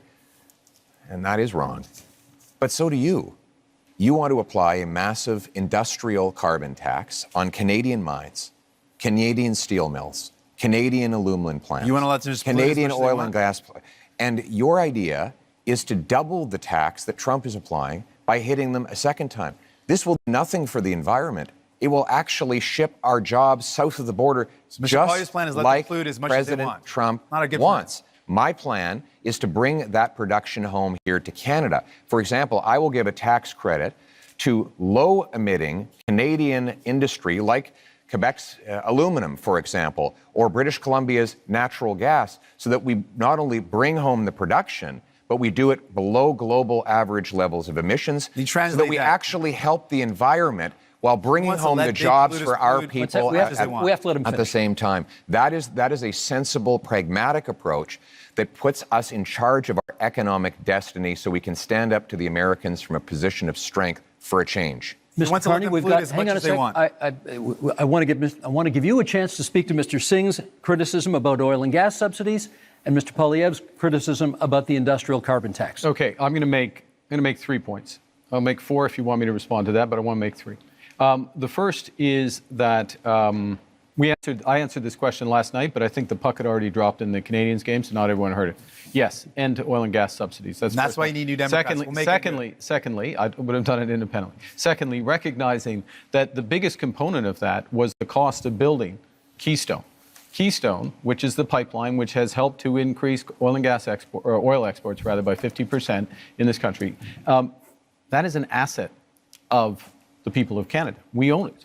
And the question of what to do it. So it's not a subsidy that has disappeared, it's actually an asset of Canada. The third point, though, in terms of where the oil and gas industry, particularly the oil industry, wants to and needs to go, which is to become low carbon in the production and transportation of oil. One of the big projects we need to move forward with is carbon capture and storage, the Pathways project, so that we have oil and gas that is competitive, not just today, 10 years from now and 20 years from now, as the world uses less. We want to have more market share. We need to do Mr. that. Carney, My government will move that. But by definition, a subsidy isn't when we buy a pipeline. I'm talking about subsidies that go to oil and gas companies. Independent, separate from the country, oil and gas companies. That's what I'm talking about. The figure you quoted last night included the cost of the pipeline. Do you want to address his point? Billions of dollars we're spending. We got to stop spending. Sorry, can we get you to address his point about the industrial carbon tax? How much will the industrial carbon tax add to the price of a car? So the first thing I want to say is I'm going to address the broader point. The broader point is the entire absence of a climate plan from Mr. Poilievre, which, by the way, is going to put our industry and our country at a disadvantage as we're looking for new trading partners. Guess what? Most people want to deepen our partnership in Europe, in Asia. Those countries care about whether or not you've made progress. Second thing is, we're designing a program so that the big polluters pay Canadians at home for making responsible climate choices, for retrofitting their home, getting their emissions down, or improving otherwise. And that is smart climate policy. It's better for the big polluters, and it's better for Canadians. Pierre Poilievre. Mr. Carney didn't answer my question. I asked how much would an industrial carbon tax on Canadian steel add to the price of a car. He won't answer because he knows that it will be very expensive because there's lots of steel in cars. Now, Mr. Carney has temporarily But do you know the answer? hidden the you don't know carbon the answer tax. either. You're just throwing out random questions. Thousands of Just dollars. making it up, though. You don't extra know. costs. I do know the answer to that question. He's wrong. When you add taxes to steel, you raise the price of everything that uses steel. When you add taxes a straw man argument to say, do you know the price? When You you don't know the price. when You you don't know the add answer. when you add the carbon tax onto the price of, for example, fertilizer, you increase the price of food. So while Mr. Carney has temporarily hidden the Liberal carbon tax at the pumps while keeping the tax fully in law and planning to raise it after the election, he's also going after a tax on our industry that will ultimately be passed on to you. After a lost Liberal decade of rising costs, we cannot afford a fourth Liberal term. We need a new government that will fully axe the carbon tax, increase the jobs that we have here in Canada, and bring down your cost of living. We've got just a little over 3 minutes left in this segment. So, Mr. Singh, I want to ask you, do you think climate change is still a priority from Canadians? You're out there. What are you hearing? Absolutely. You speak to any young person and they think, we're seeing climate crisis in front of us happening right now. You speak to seniors who say, we used to be able to live in our homes without air conditioning, and now we're seeing heat crises in communities that never had worries about extreme weather. We're seeing flooding, we're seeing forest fires like never before. We are living in a climate crisis. So Canadians are absolutely worried about it. As soon as we come into a summer, we start seeing those forest fires again. It's top of mind for Canadians because they're living it, they're seeing it. And I want those Canadians to know, Mr. Carney is not going to end those fossil fuel subsidies unless I'm there to fight back. Mr. Poilievre wants to let big polluters pollute as much as they want, poison our beautiful land, our water, and air. He wants to let them dump into our oceans. I'm going to fight back and defend our environment. Monsieur Blanchet, on the issue of whether or not people still care about climate change. I think people should be kept very informed about climate change because we are in a very strange denial situation about climate change, which still exists and is very expensive. And I'm sorry to crash your party, guys, but you are telling fairy tales. Clean oil and gas is a fairy tale. Large-scale carbon sequestration, sorry, I'm French, is a fairy tale. It does not exist. If Alberta wanted to exploit oil and gas and it were not a matter of pollution, I wouldn't mind at all. That's their business. Our own powerhouse in terms of energy in Quebec is clean energy. We are the best place in the world to achieve that. Our market is the northeastern part, Democrat part of United States. We want to keep our money to create wealth in Quebec for Quebecers. Let us be different because we can afford to be different. Let me give, I will get to you because I said I would. But you've taken a couple of hits here, and I want to give you a chance to respond to some of the things that people on this side of the stage have said.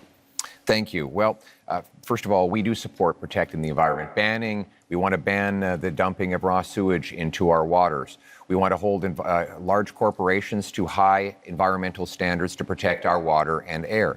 But we cannot do that by raising taxes and sending jobs overseas, as Mr. Carney is proposing to do. That has been the approach of the last 10 years of the Liberal government. What the biggest companies that develop our resources say is that we need to repeal the Liberal anti-development law C-69, a law Mr. Carney wants to keep in place. They say we need to repeal the industrial carbon tax and get rid of the Liberal energy cap. We need 6 months approvals in order to take back energy security and energy sovereignty. We can summarize that. He wants to conclude as much as possible. Mr. Carney, hang on. Last word to Mr. Carney in this segment, please. Thank you very much. You know, I was born in Fort Smith in the Northwest Territories, just north of what the oil sands became. When I was born and when I was growing up in Edmonton, early days, it was a fairy tale, quote unquote. But you know what happened? Canadian ingenuity, Canadian engineers, Canadian governments, both the federal government and the Alberta government got together and converted this. The worst pollution in the world. If I may. The worst pollution may I finish? in the May I world. finish? 10 more seconds to finish, please. Let him finish his point. That's the opportunity we have. That's the opportunity we have in carbon capture. That's the opportunity we have in small modular reactors. That's the opportunity we have in hydrogen beyond. This country can be a clean energy superpower. My government will help deliver it. And that is time for this segment. Gentlemen, let us go to our final theme, which is called Leading in a Crisis. Canadians know how to weather a storm. Canadians know how to get through a difficult time. If, at the end of the day, we end up with the balance of power, Quebec is safer than it could be in any other scenario. Now is not a time for weakness. Now is the time to take back control. Canadians are always ready when someone else drops the gloves. Okay, leading in a crisis is a pretty broad theme that allows us to explore many different avenues here. So let's get to it. Mr. Carney, you get the first question this time. We haven't balanced a budget in this country in 17 years, and 10 of those years were under your party. You have pledged to get us to a balanced budget in 3 years. Question is, how? So let me put this in the context of leading in a crisis, which is, in a crisis, you got to plan for the worst. Worse is that the U.S. actually does want to take us over. Secondly, you got to have a plan to build, and that'll include a fiscal plan, and I will get to that in a second. The third thing is you need to respond in a crisis with overwhelming force. You need to think big. You need to move rapidly. The things we've been discussing today are a subset of what we can and should do as a nation, and we can deliver. And government can play a role, but its role has to be catalytic. And so our approach is that we will slow the rate of spending. It's been growing at 9% a year, operational spending, program spending, away from transfers individual, 9% a year. We'll slow that to 2%. We will focus on a small amount of capital spending by the federal government in order to drive enormous private investment up to $500 billion by 5 years. Thank you, Mr. Carney. Ukraine surely constitutes a crisis. Leading in a time of crisis, Mr. Poilievre, question for you. If the United States withholds support from Ukraine going forward, do you believe Canada should commit more to assist? I believe we should continue to support Ukraine. Our party supported donating missiles that the Canadian military was decommissioning. We supported funds and other armaments to back the Ukrainians in the defense of their sovereignty. We also need to rebuild our own Canadian military because the Russians want to make incursions into our waters. We'll be buying 4 massive Arctic icebreakers. I'll be opening the first Arctic base since the Cold War in Canada, CFB Iqaluit. We're going to double the size of the Arctic Rangers and fill the vacancies in our Canadian armed forces. We need a change to rebuild our military, which has been so disintegrated under the cuts and the mismanagement of the last 10 years. But we can have a change because we have the best soldiers, sailors, and airmen in the world, and they will have full backing from my government if you give me the honor of becoming Prime Minister. I may come back to that one in the open forum because I'm not sure we got an answer about Ukraine on that one, but okay. Well, going on. Monsieur Blanchet. The answer was yes. We'll get more details, perhaps, as we go forward. Monsieur Blanchet, given the U.S. trade war, should any talk of a referendum on Quebec independence be put on pause? That one is easy. It will happen only after the negotiation is over, and that's a good thing. I want to say I support the idea. We must help Ukraine, but we also must help the civilians of Gaza, and we must destroy Hamas, which is a terrorist organization. You know what? I don't want to be the leader of Canada. You will understand that. I don't want to be Prime Minister. But I can offer to be a partner, a responsible partner, a collaborative partner. If Quebec is respected in its differences, in its aluminum industry and lumberwood industry and culture and French language and values of secularity of the state, which is the price to be paid in order to have real equality, then if we are respected, we will be a partner, and then even Canada will be stronger in its negotiation against Donald Trump. This is what I am offering. Respect us. Mr. Singh, I watched last night's debate. You seem very eager to talk about healthcare, so let's talk a little more healthcare right now. You have made many promises on healthcare. If a province says to you, we'll take your money for healthcare, but not your conditions on how to spend it, what do? We've got to negotiate. We can't be giving away money without clear conditions. We're in a healthcare crisis right now, and a crisis that is hurting people across this country. People are waiting desperately in line in emergency rooms for hours and hours. Seniors are waiting for years and years to get the care that they need for surgeries that would remove pain or help them deal with mobility issues. We're in a serious crisis. Healthcare workers are burnt out. They are overstretched. And what we're seeing is more and more privatization, and that is hurting our public universal healthcare system. So we've got to fight back against it. We cannot allow our public money to go to a for-profit private clinic lining the pockets of a rich CEO or investors instead of going towards care. We need to make sure that we are investing in solutions where care gets to people, not profiting those at the very top. And so that's my commitment. I'm going to fight to make sure we defend our healthcare against the threats of Americanization and privatization. Okay, we now go to open forum debate, and perhaps, Mr. Poilievre, you get the first word here. This might be a good time to put a little more flesh on the bone of what you think Canada could do for Ukraine if the U.S. backs out. Yes, and my answer is that we should continue to support Ukraine. We don't need to follow the Americans in everything they do. When they're wrong, then we will stand on our own and with other allies. And with respect to Ukraine, that of course includes support with intelligence, equipment, armaments, but it also includes defunding Putin. Right now, Vladimir Putin has a monopoly on the European energy market because, frankly, the Liberals blocked exports of Canadian natural gas off the Atlantic coast. They blocked multiple projects. I would rapidly approve those projects on national security grounds so that we can actually ship Canadian natural gas over to Europe, break European dependence on Putin, defund the war, and turn dollars for dictators back into paychecks for our people. Mr. Carney, you wanted to add? Well, I want to go to the situation in Ukraine because it's very important. We've been a steadfast, Canada has been a steadfast ally. Canadians have stepped up, welcoming Ukrainians into their homes and supporting them in other ways. In my first month as Prime Minister, we joined the coalition of the willing to support Ukraine as the U.S. stepped back. So led by France, the United Kingdom, with Ukraine, number of European nations, Australia, ourselves, New Zealand. That's an example of how the new world is going to be. Canada participating in these areas and helping.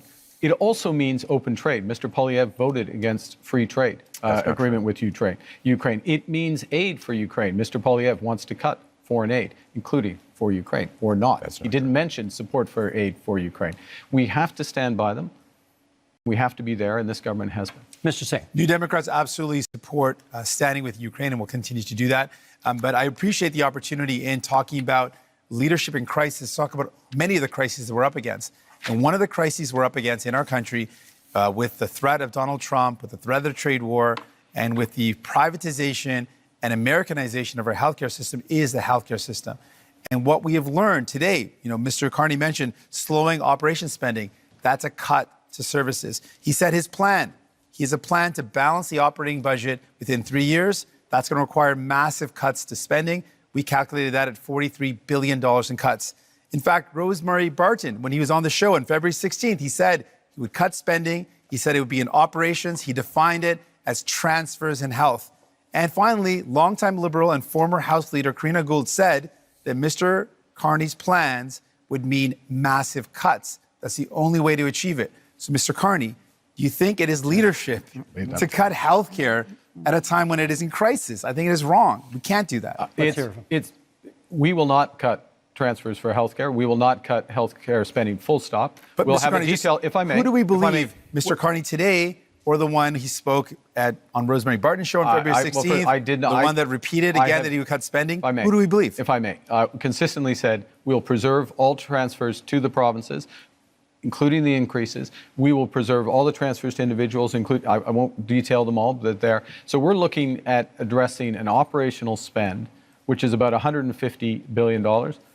We will address that. We will make it more efficient, and we will do it in 3 years, and we'll balance that budget. Mr. Blanchet. I am 6 minutes behind Mr. Carney, so I will speak a little bit longer. First, I will support any initiative which will bring Canada aligned with Europe and NATO in order to be stronger and facing new threats. Good. I believe that 2% won't be enough. I'm not more in favor of war than anybody else, but we have responsibilities, and our main ally is removing himself from the stage. So we have to step up. We have to do our part. I want to go somewhere else entirely, however. I want to ask Mr. Carney, if we're speaking about leadership here, if Quebec and Canada were to say, you are not being given a majority government, there will be more conservatives than you would like, maybe more New Democrats than you would like, and more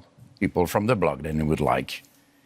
Will you accept, because you don't seem to be very eager about that, to deal with people which basically are more experienced than you are, as legitimate as you are, and would be more representative altogether than you would be being alone in your little kingdom?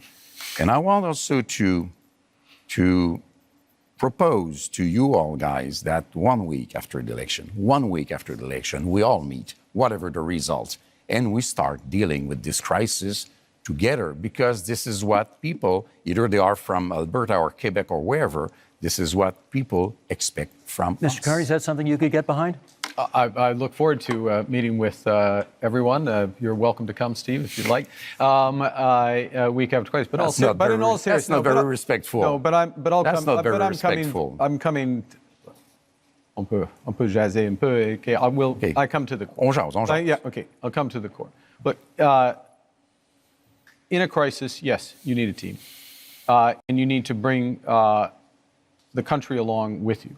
So what I did in the first week was to bring the premiers together, meet with all the Indigenous leaders, and move forward in that context. Now, the question is, who's going to lead out of this? Whoever leads out of this, if I may, Mr. Blanchet, merci, thank you. Whoever's going to lead out of this is going to need to work with all the provinces, work with Labour, work with Indigenous leaders, work with all Canadians to bring them forward in a united front. And if I make this last point, one of the things that has happened, which is a credit to those people at home, is that Canadians are coming together. And it's our responsibility to meet the strength of Canadian unity. Still lagging. I have one small point to make. Yep. You will be elected, if you are elected, in the parliament where there are other leaders. I don't know if he called you, or Mr. Poilievre, I don't know if he called you, but before yesterday, you have not spoken to me once, even if I proposed it so many times. But you say, I speak to provinces' leaders. You're not elected in provinces. You are in a parliament where people are to make decisions which might not always suit you. But this is democracy, Mr. Blanchet, which you don't know too much about. I'm going to jump in here because I'm noticing what the clock is saying, and you brought up Gaza earlier, and I think our audience would be interested in hearing your views on the other major international crisis facing the world right now. Before we get that, just to finish up on the healthcare, I just want to speak to healthcare workers right now who are deeply worried about the status of our healthcare system, to Canadians who believe and love our universal public healthcare system, to patients who are stressed out. If you're worried about which Mr. Carney to believe, the one today or the one who spoke on 3B shows and said he would cut, vote for New Democrats, and we will fight to defend our healthcare. I think your we will never supporters let would really anyone like cut to it. hear what you have to say about this question, and we have less than 5 minutes for it here. What role should Canada play in the other major international crisis in this world, in the Middle East and the war in Gaza? Pierre Poilievre, would you start us off on that? What role can Canada play? Well, first of all, we must condemn Hamas and, more importantly, the terror sponsors in Tehran who initiated the attacks, the horrific attacks of October 7th. We need to defeat the terrorists so that all the peoples of the world can live in peace and defend the right of, yes, Palestinians to have their own lives free from the oppression of Hamas dictators and Iranian intervention, while Israel has the ability to live in freedom and peace. But I also want to say we need to get back to the Canadian tradition, which is that when people come to this country, they leave foreign conflicts behind. The rampaging riots targeting Jewish communities is utterly unacceptable, and it points to the growing chaos that we see on our streets after 10 years of incredibly irresponsible liberal policies, of weak borders, of dividing people into groups, of saying one thing to one group and the opposite to another, dividing and conquering. We must end that division and unite our people so that everyone feels safe. When we come here, we put our foreign conflicts behind, and we put Canada people, first. Mr. Singh, come from countries from around the world, and they care deeply about where they come from. And they should be able to do so. That's a part of being in our country, to have that freedom. Your treatment of Palestinians has been frankly disgusting. Your treatment of people who provide care and service for people in Gaza has been disgusting. On top of that, people in Israel and in Palestine deserve to live in peace and security. And Mr. Carney, to date, you've not acknowledged that what's going on in Gaza is now clearly become a genocide. It's important to call things out as they are, and you've not done that. Mr. Carney. We need to work, to go to your question, we need to work with our international partners, maximum pressure, maximum encouragement for an immediate ceasefire. That's the first thing. Encourage the return of all of the hostages. Resumption of humanitarian aid. My government put in place $100 million of humanitarian aid, which is ready to go. With respect to where this ultimately goes, yes, two-state solution, but it has to be a viable and free Palestinian state, living side by side in peace and security with the state of Israel. I will underscore one other thing. Mr. Poilievre rightly mentioned Iran, the Iranian sponsors in this region. We have to be clear-eyed about the fundamental risks of Iran and do everything with our international partners to check it and turn it. Mr. Blanchet. If we are to work together, we will have to be consistent. The Jewish community in Quebec and Canada is harassed by a very little minority of radical Islamists.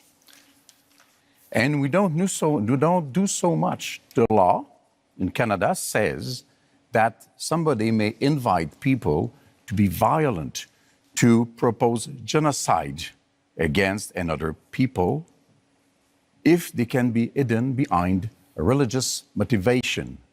They are in agreement with that, they are in agreement with that, they are in agreement with that. And we say it is a crime to invite people to violence and killing other people, and this is what is being done very often in Canada and Quebec with the approval of the Criminal Code of Canada. And we are saying this has to be changed.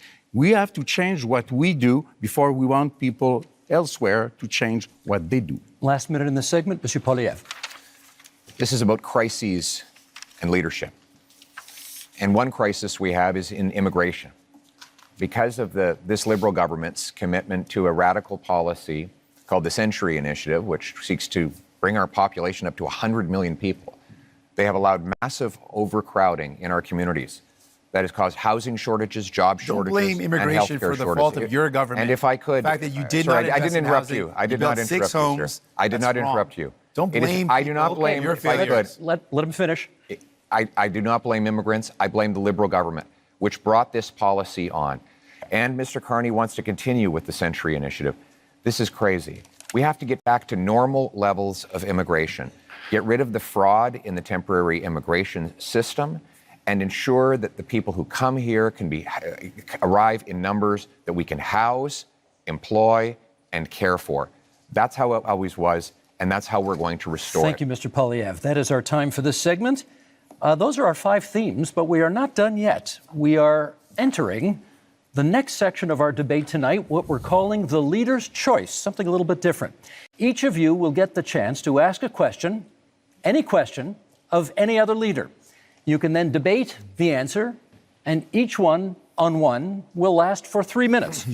So, Mr. Singh, you have the first option here. Who do you want to ask your question of? Mr. Carney. Go for it.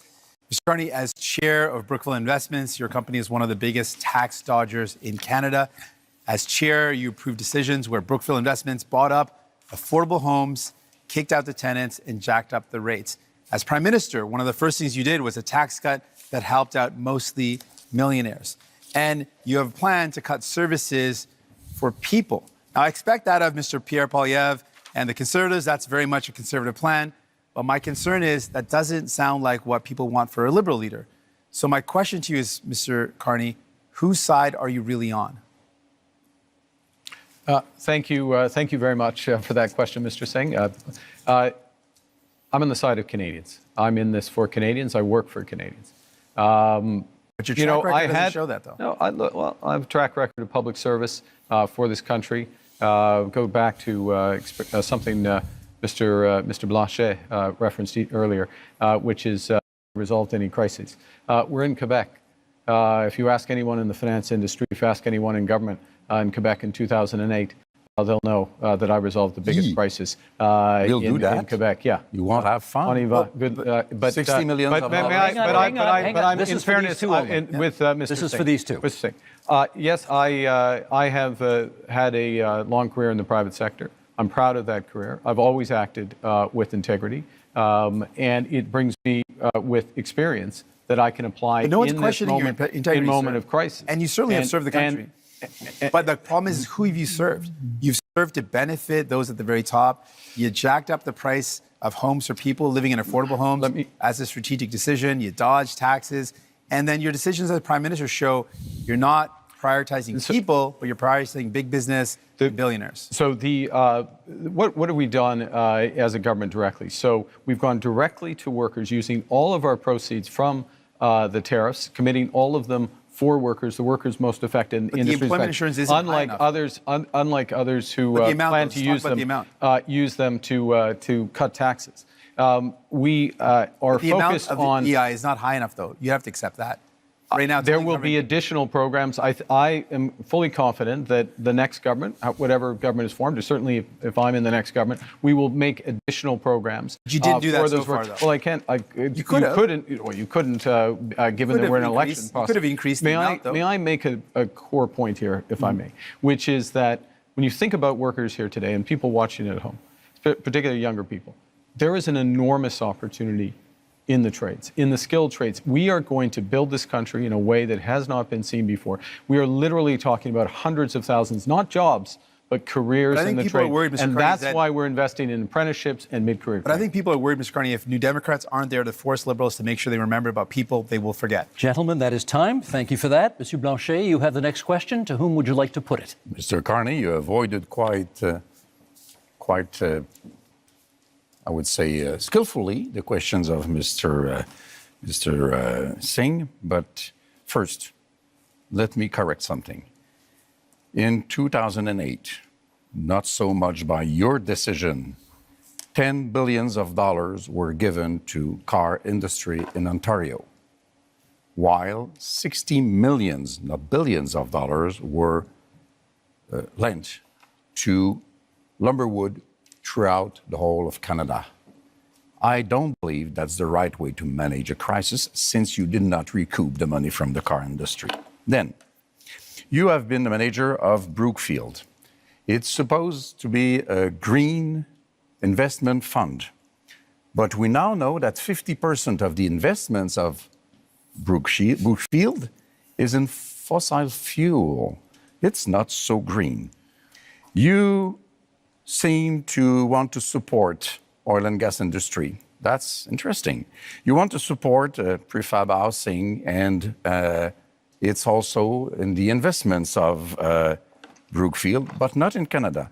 You want to support nuclear power, smaller reactors, which are more dangerous, by the way, and Brookfield has investments in Westinghouse.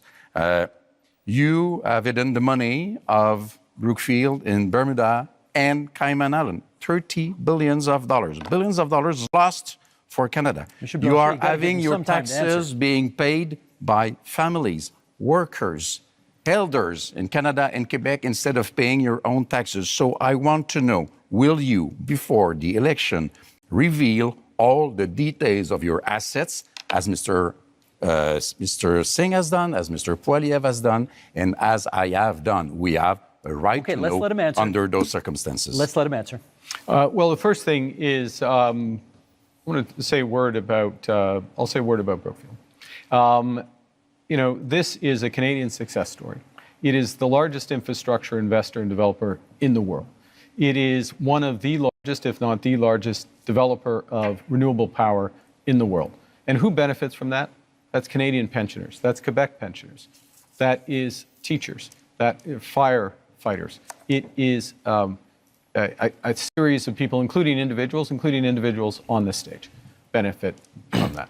Now, always acted with integrity, served the shareholders of Brookfield when I was there. I have left that.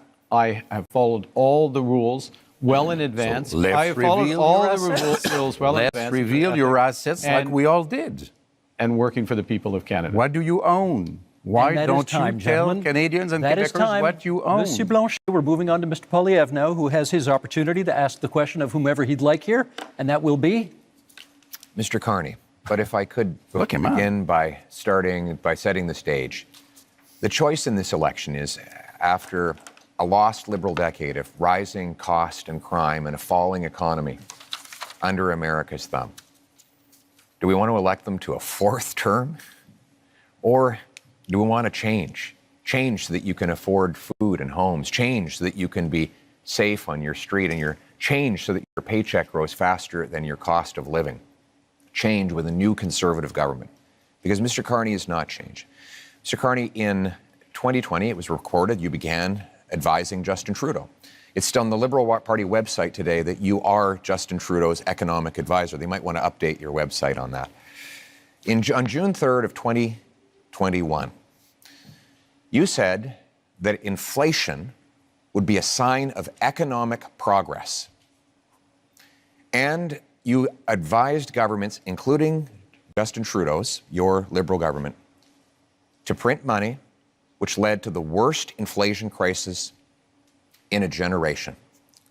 Now, that means that mothers went to bed with empty fridges and empty bank accounts, worried how they'd feed their kids, that seniors worried they'd be evicted from their homes, that young people believed they'd never be able to own a home in the first place. Now, in retrospect, that you look back on the Liberal decisions that you advised Justin Trudeau to take, will you look at the camera in the eye and apologize to the many people who suffered as a result of the inflationary policies that you advised Justin Trudeau to implement? You know, I said earlier, but I'm going to say it again. I know you want to be running against Justin Trudeau. Justin Trudeau isn't here. Are you denying you were his economic advisor? I did not provide any of that advice. I did not provide any of that advice. It's on the Liberal Party website. I'm sorry. Are you accusing your Liberal Party of lying about your role? Because it says today you can go to the Liberal Party website now, and it says that you were Justin Trudeau's economic advisor. The way you judge the way you judge someone, in my view, is how they act, what they do when they have responsibility. Twice I was a central bank governor. And in both cases, if I may, in both cases when I was responsible for inflation, inflation was less than 2%. I'll add that when I was here responsible for the Bank of Canada, inflation was less than 2%. Our dollar was at parity. That is the kind of success that I can deliver for this country coming out of this crisis. And what is at stake here? You were the economic advisor to Justin Trudeau that gave us the worst inflation that we have had in a generation, because the policies that you implemented and those of the MPs that are still in your ministry. To the fellow Canadians, crisis which the last 10 years has been about the Liberals. The next 10 years should be about you. And that's time. Mr. Carney, the good news is the next question is yours. Well, I'm going to ask myself a question. Actually, I'm going to ask a question which has been troubling me. And it's troubling me because, we are in a very dangerous and divided world. Who is it to? I'm going to ask a question of Mr. Poilievre. Why not? We're in a dangerous and divided world. We talked earlier about the challenges in the Middle East, the threats from Iran, threats from Russia, Russia's aggression in Ukraine. We have the threats from China, which I raised. We have the United States, which is fundamentally changing its security relationships, its commercial relationships. We have all this. And in the context of that, everyone on this stage, Mr. Blanchet, Mr. Singh, myself, we have our top secret security clearance. We have our top secret security clearance. I got mine within 3 weeks. It wasn't hard, but I felt it was important that I had it so I could be in a position to be informed about that dangerous world and take decisions at. And Mr. Poilievre, it is now 950 days, if my numbers are right, since you've had the opportunity to get your top secret security clearance, and you've refused. Why? Well, first of all, I have got my security clearance when I was a minister. I got top secret clearance at the time, so there's no problem getting that. But when the government made this recent offer, they said that if I got the secret security clearance briefings, that I would be gagged under the security law, and I could be prosecuted if I spoke freely about matters of foreign interference. Now, given that Canada has experienced Chinese interference by Beijing, the government of China, in 2 consecutive elections, I needed to do my job to speak freely without fear of prosecution. And that was not something I would be allowed to do. Even Thomas Mulcair, the former leader of the NDP, said that when he was the leader of the opposition, he never would have accepted the kind of gag order that your government and Mr. Trudeau's government was attempting to impose on me. And it's good that I'd made that decision, because it has allowed me to speak freely about things like the case where one of your candidates, sir, actually said that he wanted to send a political opponent to China under a bounty threatening his life or imprisonment, and you refused to get rid of him. Now, it might have something to do with the fact that you went to China not long ago to get a $250 million loan from the company, but the reality is you refused to stand up for a Canadian who was being threatened by a foreign government, and I was able to speak freely on that matter because I refused the gag order that the Liberal government attempted to impose on me. Well, there's a couple of interesting things. I think people at home have seen a robust debate here, and it's been a robust campaign, and it has not stopped Mr. Blanchet or Mr. Singh at times during his campaign by making challenges with respect to these issues. So one can address it. I will observe, as someone with a top secret security clearance, that China is not the only country that is accused of foreign interference. And gentlemen, that is time for this segment. That's our time. Now, closing statements are still a few minutes down the road, so we have a little bit of time for some quick hit Q&As for each of you right now. Short questions, 45 seconds, please, on the answers, and we're going to go left to right as I look at you right now. Mr. Poilievre, you get the first question. To the best of my knowledge, you have not offered a hard timeline, as the other parties have, to meet Canada's NATO commitment of 2% spending on defense. When would you hit that target? My aim will be to 2030. That said, when we renegotiate our trade deal with the U.S., I know it's their priority to see us increase our military budget. One of the things I will say to the Americans is the more free trade tariff-free free trade we have, the faster we can rebuild our military in Canada and reassert our sovereignty. And we will use that money to have heavy icebreakers in the north, Poseidon aircraft, fighter jets, a new base in the north, double the Arctic Rangers, fill the vacancies in the armed forces, and rebuild the warrior spirit that characterized our military since the birth of our country. We will rebuild our forces, and we will stand behind our veterans. Thank you, Mr. Poilievre. Mr. Carney, your question. You have cut both the consumer carbon tax and the capital gains tax increase that you inherited from your predecessor. Is that an admission the Liberals made life less affordable for Canadians? I think let me give you the rationale behind both of those changes. First, with respect to the consumer carbon tax, in effect, it become too divisive for Canadians. Canadians received rebates. On the whole, they received more than the tax actually was. But some had represented that it was a tax without a rebate. It became divisive. It didn't serve its purpose. It made a relatively modest contribution to overall climate goals. I got rid of it. First act made Canadians whole. Secondly, but with respect to the capital gains tax, it's come up again, I'll be quick. This is a fundamental issue. We need to build this country. Builders, innovators, entrepreneurs need to be rewarded. That's why I brought it back. And that's time. Thank you. Mr. Singh, would you change the existing cap on immigration? I've said that the level of immigration, first of all, we need immigration. It's fundamentally important to our country. And we speak to any small business owner, you speak to people here in Quebec, you speak to farmers.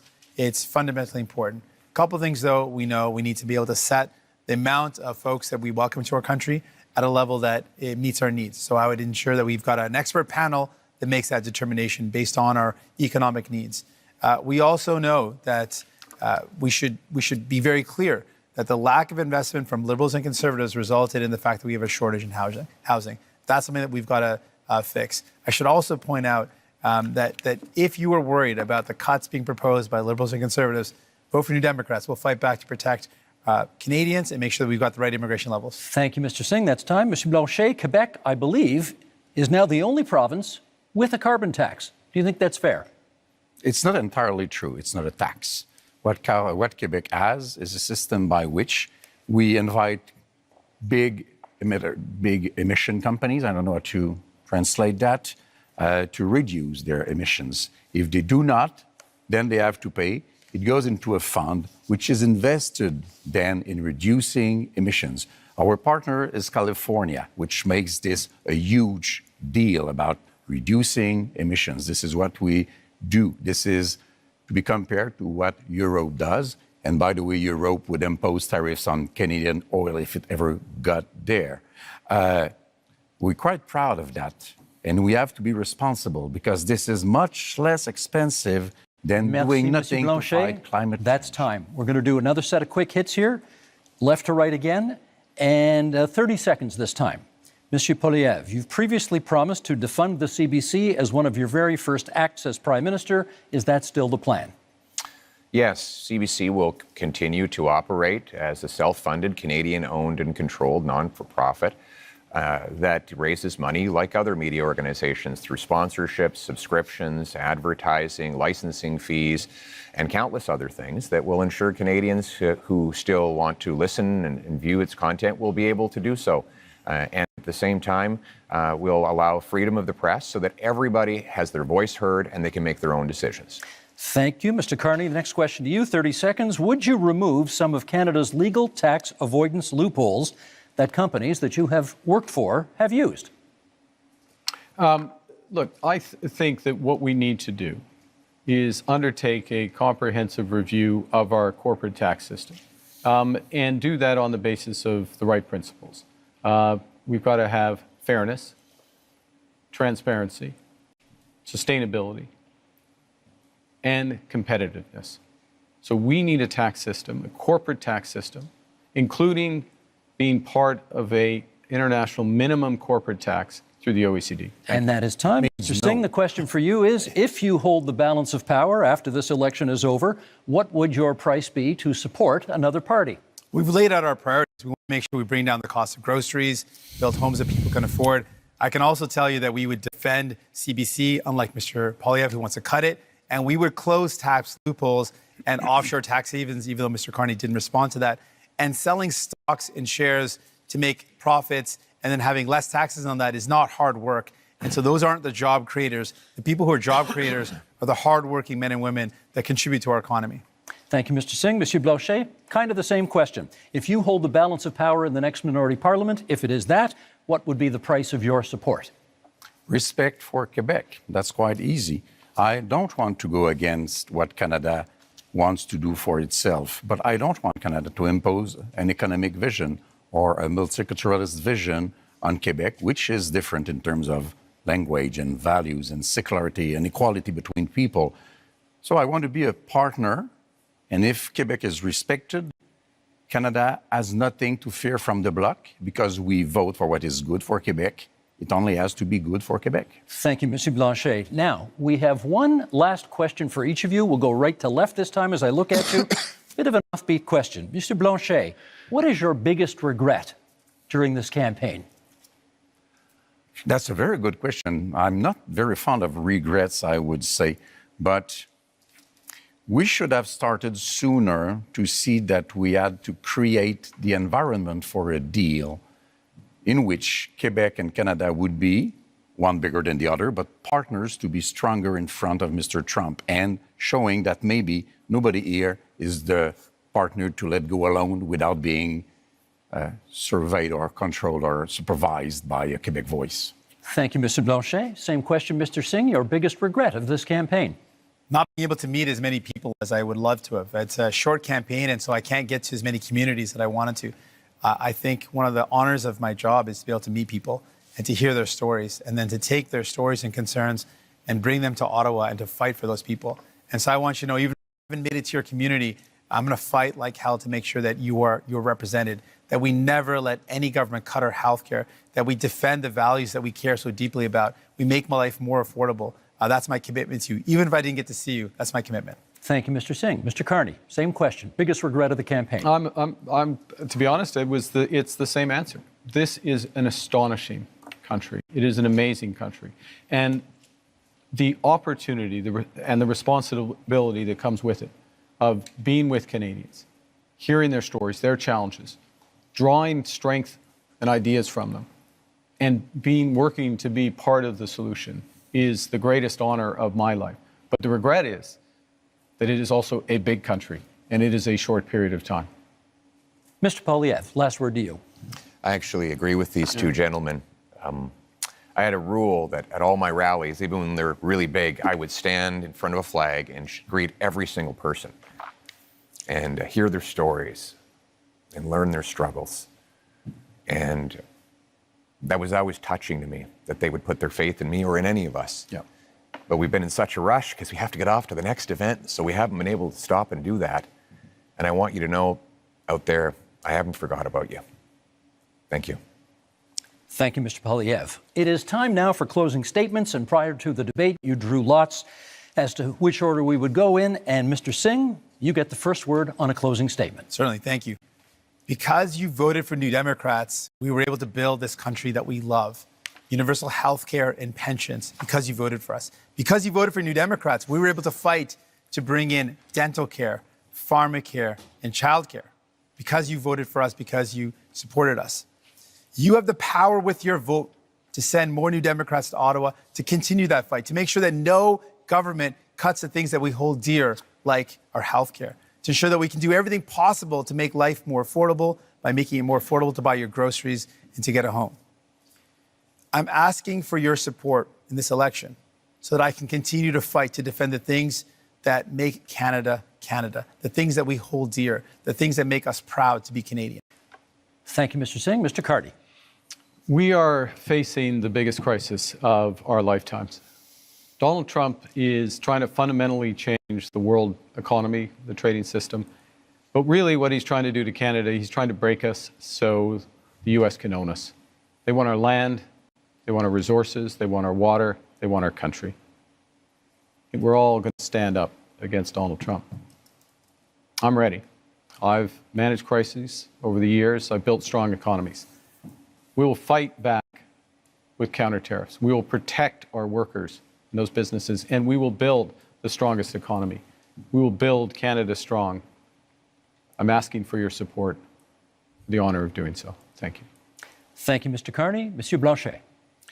For 260 years and a little bit more, les Français, devenus des Canadiens, devenus des Canadiens français, devenus des Québécois, you have tried to have them become Canadians like all Canadians. But to no avail, we are different. So let's be economic partners. Let's have a voice chosen by and for Quebecers, an ally for Canadians as equals in front of Mr. Trump. Monsieur Poilievre. Only in Canada could someone start where I began and get to this stage. I was born to a single mother and adopted by school teachers who raised me to believe in the incredible Canadian promise that anyone who worked hard could do anything. That promise feels broken today. Many of you worried about paying your bills, feeding your families, or ever even owning a home. You're worried your kids are in danger. But I'm here to say it doesn't have to be this way. With change, we can restore the Canadian promise so that hard work gets you a beautiful house on a safe street under a proud flag.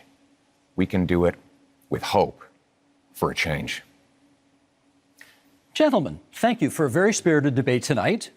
2 quick points before we go. Number one of you celebrated your 60th birthday yesterday on this stage. Yves-François Blanchet, bon anniversaire. Merci beaucoup. Merci. Secondly, you'll notice we didn't have to change the time of this debate because the Leafs already clinched the Atlantic Division title, and therefore we didn't need to move the debate to accommodate a hockey game. I'm getting back at my colleague who was in this position last night, and okay, go Habs go, that's fine. With that, we're done. Thank you, leaders, for being here tonight. We are just 11 days from Election Day, April 28th, but there are many ways that you can cast your ballot starting tomorrow at advance polls. If you intend to vote by mail, that deadline is April 22nd. Make sure to check your voter card for details or contact Elections Canada. This is your democratic right, and we hope you use it. Thank you so much for being with us tonight. I'm Steve Paikin. Good night from Montreal. Thank you. Enjoy that. Bon anniversaire.